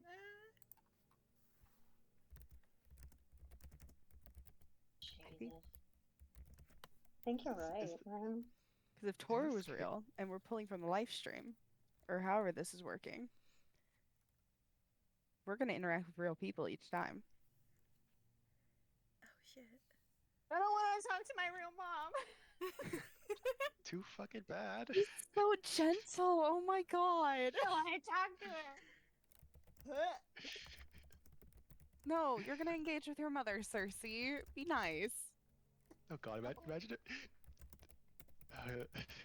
She just opens her Abby, mouth to talk, and so she just goes. Abby, you gotta roll a Constitution save next week, and the save is if you throw up or not. No, do it now. Do it now. Sure. Con save. A 7. She pukes. Oh, Or like I guess she kind of does Right that little on. kind of puke thing where like you kind of puke and then you swallow it back up. Oh, God. That's I guess kind of You've what been that would better. be. You've She's been like Mm. legit. Vikda sort of just pats her shoulder. Yeah, he sees her like kind of do that thing where your shoulders sort of raise for a second, and then he sees her like swallow. Did you? Just connects the dots. Has Vel ever seen the original depiction of I don't think Anastasia? so. I don't No? think so. You've seen how she looks now, Yeah. but not Did in her Vel fairy come- form.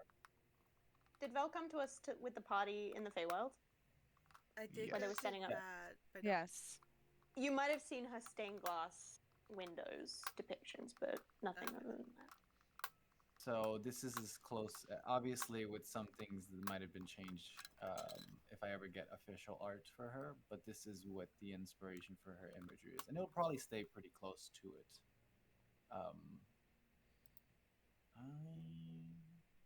Maybe I did not save it. Maybe I. Yeah. Yeah. What could I Congrats, follow from Cersei. have? Your turn for therapy next. With your actual mom.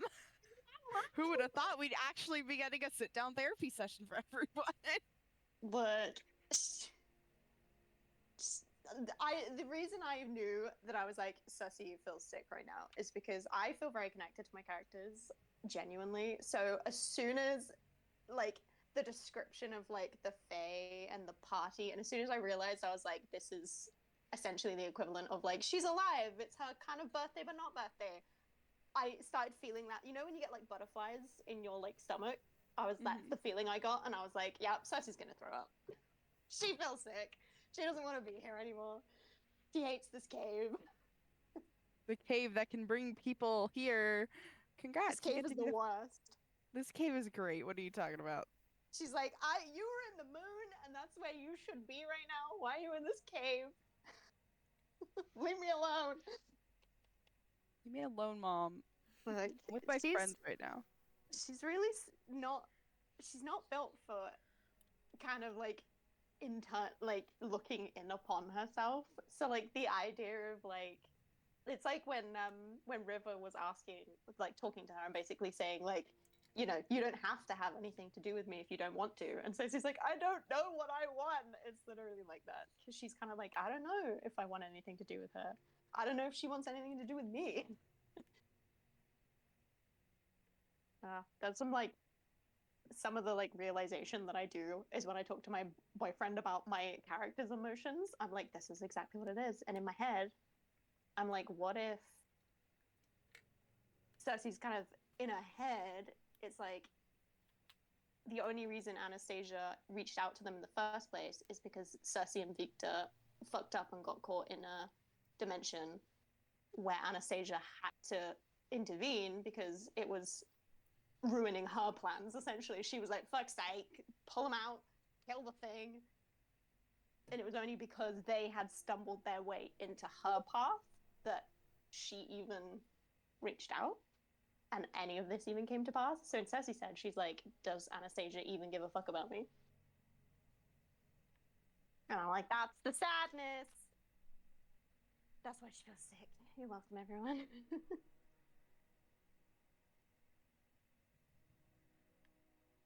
I'm so excited to see the next week. Oh, Curious as to what the hell Castilla's successors are going to be. who's gonna be there from their past? We should start taking bets. See if we're Place right. your bets now. You were right on the money with that one, Emily. I always like the only person she has issues with is Anastasia or her biological family. And knowing the plot so far with Anastasia, I was like, I'll guess. So now I'm gonna call it and see. See what happens. I'm gonna type it in chat for later. Oh. I can't even think of who Spisses might be. Oh, definitely not. It's gonna be someone in her family history, for sure. It's gonna be really interesting if it's Sarah. Mm-hmm. That's my guess. Well, my question is whether or not they're all, like, living people? I think it's because Anastasia's technically alive. She's just on the moon. So far, Toru for sure is no longer alive, from what you know. Yeah. Yeah. And as far as we are aware, Moon Anastasia is dormant, but in the moon, but not dead, Yeah. from what we've learned. She's kind of in, like, a sleep state, so it wouldn't Yeah. be too much of a stretch for her soul or whatever to be close enough to the, like, soul line or whatever. Can't think of what it's Plus, called again. You don't know how it works with people or things that are at a certain state of existence. No, we don't. The Fae Queen is not. From what you know, the Fae Queen was kind of not mortal, right? They referred to her in a very deitist state. Which may have to go. I mean, what if, complete curveball, what if it's Spiss's little sister who was poisoned in her stead? Mm. Because, Yeah, like, it's like my, she... that's my second guess. Yeah, because she could be, you know, let's hope not, touch wood, she could be dead, but she could also be, like, on the thread between life and death. Like, she's sick. And then that's why she's able to be reached. Or just do whatever it wants. It can reach living people, and Or- she's completely fine. But, like, what if it is, what if it's Spiss's little sister? The realm is very strange in what it does and the things it does. Yeah. You'll get an explanation for all this at the end. It's like, who do you least want to see in the world? You have to take a personality test before you come into the cave. It ends up being nobody from Spiss's family, just some guy she met in the woods. Why do took you have my to steal? turkey. Why do you have to steal my porridge? The fuck's wrong with you? You stole my rotting turkey and I want it back. Just like, no. Keep rotting. Yeah. Turkey, jerky. Mine.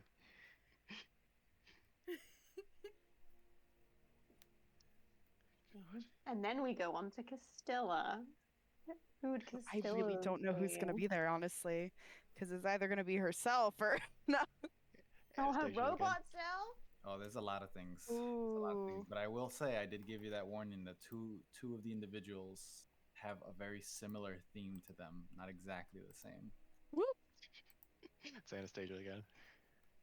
No, theme does not It's easier. necessarily mean the individuals that are there are the same, but it's the theme for what the realm wants you to face may be similar.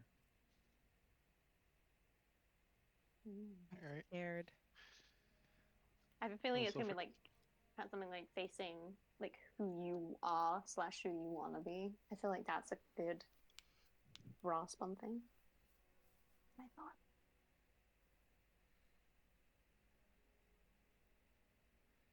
Be who you are. Because yeah, I can only think of like the robot Castilla that would come see Castilla, unless it See, equally is the OG Ayin, because she seems to be really big on yeah, like for Castilla. me, I'm thinking with Castilla, the people I have in my head would be Anastasia, just because that's just a whole weird situation. Her father, August, because she doesn't, he scares her a bit. Um, Potentially her governess, but like her governess doesn't scare her in a bad way. It's just like Castilla doesn't want to get her hand smacked. Mm. Is Uh, King August the one that's in Eden Tower right now? yes, he is the half elf. Right. Okay. Yeah, not the best guy, but he's also there with Callum and Astrid, which are the sisters or brother and sister. God, I really don't know who would appear confidently. Just a mixture of everyone. Castilla sees like 6 people. It's Valentis is there, just being a bit of a dick. Oh yeah, Valentis is up there. see. It is me, the Dawn, your worst nightmare. Oh my God, no, that's Dawn's not her also worst there. nightmare. That's just the guy who annoys her. It's a punching bag, really. Yeah, pretty much. Issa is It's his just name. varying levels. Yeah. Oh, Issa! Oh That's God, so Issa! true. Issa Fuck, you're right. Yep. It's just him in like a library, like cancer free or whatever, just chilling. Who knows? You don't know what happened to Issa. You don't know if Issa's still here or not. Issa's like, I you s- betrayed me. You Still left me to hopes die. Issa's there. You betrayed me, Castella. No. You left me here to die. You gave me magic cancer. This is Yeah. where I watched my parents die, Raphael. Cow a bummer. Cowabunga. Listen, I still support the theory of Issa becoming the, if not tender to a library, possibly the royal library. Who knows? Hmm. Mm. Hmm. What was That's affecting Issa? I don't know about that. That's it. Issa's gonna come as a ghost, like the ghost of Christmas past. Oh my god. Oh, the ghost of Christmas you future. owe 'Cause that's the you scary owe one. me $20. Whoa. You need It's a lie. I didn't even last long enough to play the new Dragon Age game. Just Issa, but he talks like Rick. Issa.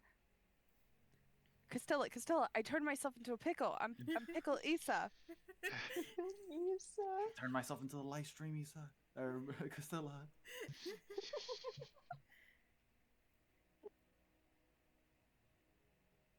God. I'm Damn. really so curious who's gonna appear. You all had multiple choices for your things. Vikda's was a little more obvious for me, what I wanted to do. There's a lot of ways that could have went. His trauma is just right there. If you Yeah. killed him, that would have been a failure. Oh Ooh. shit. That's... Ooh. I didn't even think we could fail these. Oh fuck. The trial. If you have done nothing in the fight and was frozen by your fear, that would have been a failure as well. Oh, thank Cersei, God for those get your 2 shit nat together. 20s. Look, I just need to puke a couple times, and then I think I'll be okay. If you ignored Toru's final words to you, Oh, if That you'd walked away. also would have been not a failure necessarily, but I would have been disproven. It would have been a negative from the realm. We've gotten docked points. The cave would have shook its head at you, very disappointed. Because Toru, from what you know, has nothing to actually do with anything. He was just a guy who used to hunt mages, and from everyone, not only from his words, but Red told you himself too. Yeah, he was a that in, good guy, right? that in his realm, Toru only really went after the mages that abused their power and their age and their knowledge, which He was was a very nice. it was very common in Asclepius for that to happen. Yeah, and I get the heavy idea of that Toru died at the hands of a lich. Oh Like, no. It felt Something of the very sort, lich-like. yeah. because like The whole like decrepit in a robe. I was Yeah. like, that feels lich. It's got lich Yeah, like, written all over it. who the hell else would dress like that and have Vecna. having a rotting Maybe. arm? Maybe it was legit the lich. Not just a lich, but the lich. I mean, it Jesse may did be. say gods are gonna start popping up soon. I mean, it may be the guy. It may be the tyrant, like the tyrant's tower guy. No, the only reason why I'll shoot that down immediately is because he died in his own realm. The tyrant did not Ah. exist. The tyrant is lore for Right, your right. realm. Yeah. Right. That forgot about that part. We should ask Red if we meet him again. We're like, Red, how did Toru die? We feel like he may have got ripped in half, and I can't tell you how I know that. Not ripped in half. More lost to the right side of his body. Yeah, he got blown out. What? Freaking lich powers. Yeah, either power word kill had some splash damage, orb of annihilation, or disintegration beam. Coward kill is terrifying, and I hate it. There's You also nothing have- worse than a DM going, "How many hit points do you?" And you're like, "Oh God, don't say that because it's gonna be power word something." You gotta Or like also remember disintegrate. that realm was very heavily magic based, and then a lot of the things there, especially the humans or the Asclepians, did funky stuff. Not only with their eyes, but they were gifted with magic. So there were spells that existed in Asclepius that don't exist here. At least unless you figure out a spell that came from Oh my them. god. So, yeah. It was power word, destroy half of your body. That's Power word, fuck you. Disintegrate. Wow, my English is gone. Power word disintegrate and power word to testicular torsion or whatever Yeah. the hell it is. Just Ugh. twist his dick. Yeah. Twisted thing. It's not the dick, it's the balls. All of it. Well, same thing. Ugh. Like, at least we know Toru. I guess in a way, it kind of rounds out the real Toru for us because we know the real Toru's story from Red, so it's like kind of rounds him out a bit. I like Toru. Yeah. I love Toru. Toru is one of my favorite characters. I'm not gonna lie to you all. He scares the shit out of me, but I like him. The actual I like Vikda likes the actual Toru. Impulse can fuck off. Impulse Correct. can fuck themselves, fuck itself. Themselves, they, Themselves. them, it. Just go We the didn't fuck get- away. Can you- We didn't get pronouns. Can you figure out what the theme was for you, Victa? It's 2 words. I always just pick words for you is 2 words.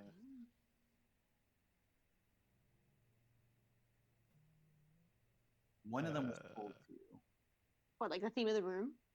of his trial. I love it.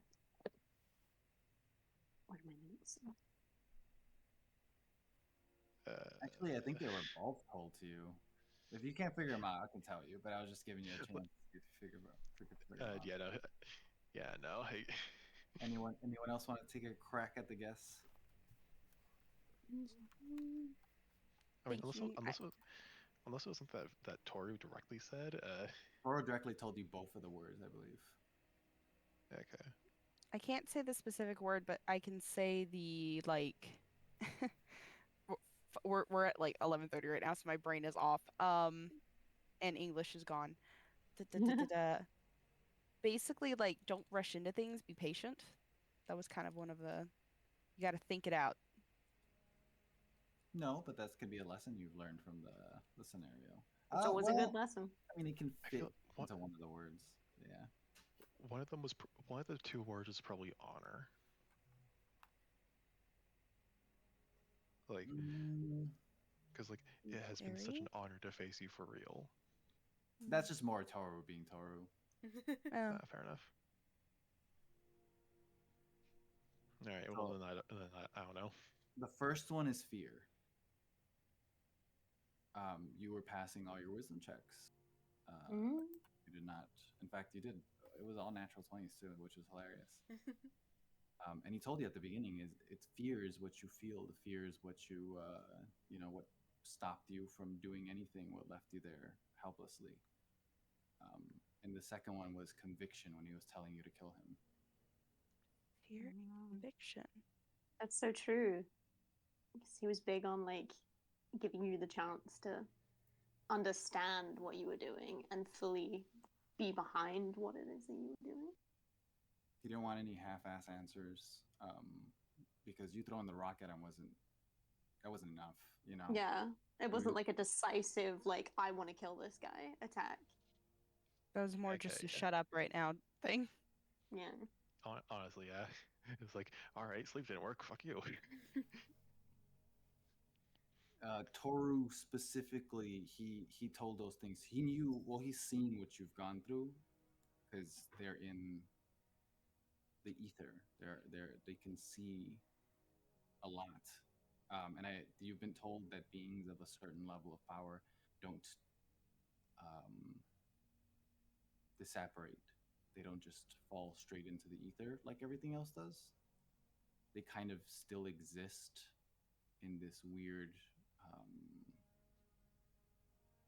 Between state. afterlife.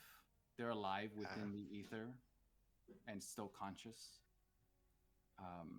That's how gods can be resurrected and stuff like that, or gods kind of get sent within their realms, and you can't really fully banish a god or kill a god unless you do specific things, but it has to be within their realm. Um, so think individuals of a certain level of power cannot feed back into the ether because it overflows it. So they just exist. They give given us like a little spot within the ether, and they just exist. They just float around. okay. So he's seen what you guys have gone through, and so he's challenged you acting as the Toru that you've met that day. Plus, he's a much more brash and blunt person, so he was gonna be full on aggressive about it, and do things like taunt you or poke at you, kind of like that, pushing you and going like, "What are you gonna do about it, huh? Come on, like, show me what are you gonna do about it." I get the like. Honestly, that this Toru, like the actual Toru, he feels like the mix between a theater kid and a jock. Like, Kind of. Yes. Yeah, kind of. he likes to act out scenes and whatnot like that, but has the like like he has the ability to act that sort of shit out. Sock. It's really funny, honestly. But yeah, you're all gonna have issues. All your characters are still gonna have issues. It's not gonna fix your characters by any means, and there's gonna be a Oh, lot of yeah, issues that come absolutely. forward. But these are certain things that just the realm has deemed that you are required to face before what else comes next. You are legally required to get therapy Yeah. for this. And technically, even facing whatever issue you have here and passing the trial doesn't necessarily mean you get past personally those issues because problems leave scars. It's just a thing that it is. It But sets you on a healing path right, to right, identify your problems, yeah, essentially. yeah. It's important to understand that the issues are there, and the cave is like, hey, this might be an issue for you, and I feel like I need to highlight it. It's almost like the realm knows that all you guys really like avoiding your problems. Hmm. And Yeah, whatever would give that idea. it's kind of telling you guys maybe you should not. But I wonder And who what did told give you that Realm idea? The fact that we've gone. avoided all our problems? Avoiding my problems is the best thing. That's what I'm Listen, good at. avoiding my problems has gotten me this far. It can get me further. Higher, further, faster, baby. Oh God. That's just what you tell the cave. The cave is like, here's your issue, and you're like, I don't need to face it, okay? I'm good at shoving it under a carpet and moving on. That's not my issue. That's a skill issue in your part. Skill issue, yeah. And it's also funny that the cave's like all this, and it's like, you know what we've been dealing with, right? We've been no wonder you put us in like a temporary time stop because we've been so busy trying to deal with the end of the fucking world probably that it's like, huh, you guys need to stop and think for 1 second with no consequences. well, it's funny. The realm exists. The realm is everywhere. The realm has been told to you that it's living, even though it doesn't have a form like deities do. And a common thing it's been hearing you guys say over and over again is that you need a moment. Uh, you just need a moment that's outside of everything else. And within here, you are not. You're just away from everything, both time wise and physically. You can cry as much as you want. I'll give him There's that. no time constraints. Yeah. You can cry if you want to. You can leave here. Bye. No one's here to call you a little bitch. And if your friends don't Except for cry, me, even the realm better. itself. You little bitch. The realm's like, look, I've got to be a little mean. That's my reputation. Look, people call me mean. I'm just trying to make you have revelations. There's a difference. Now stop crying. Stop. Why are you Shut up. crying? Come on, stop.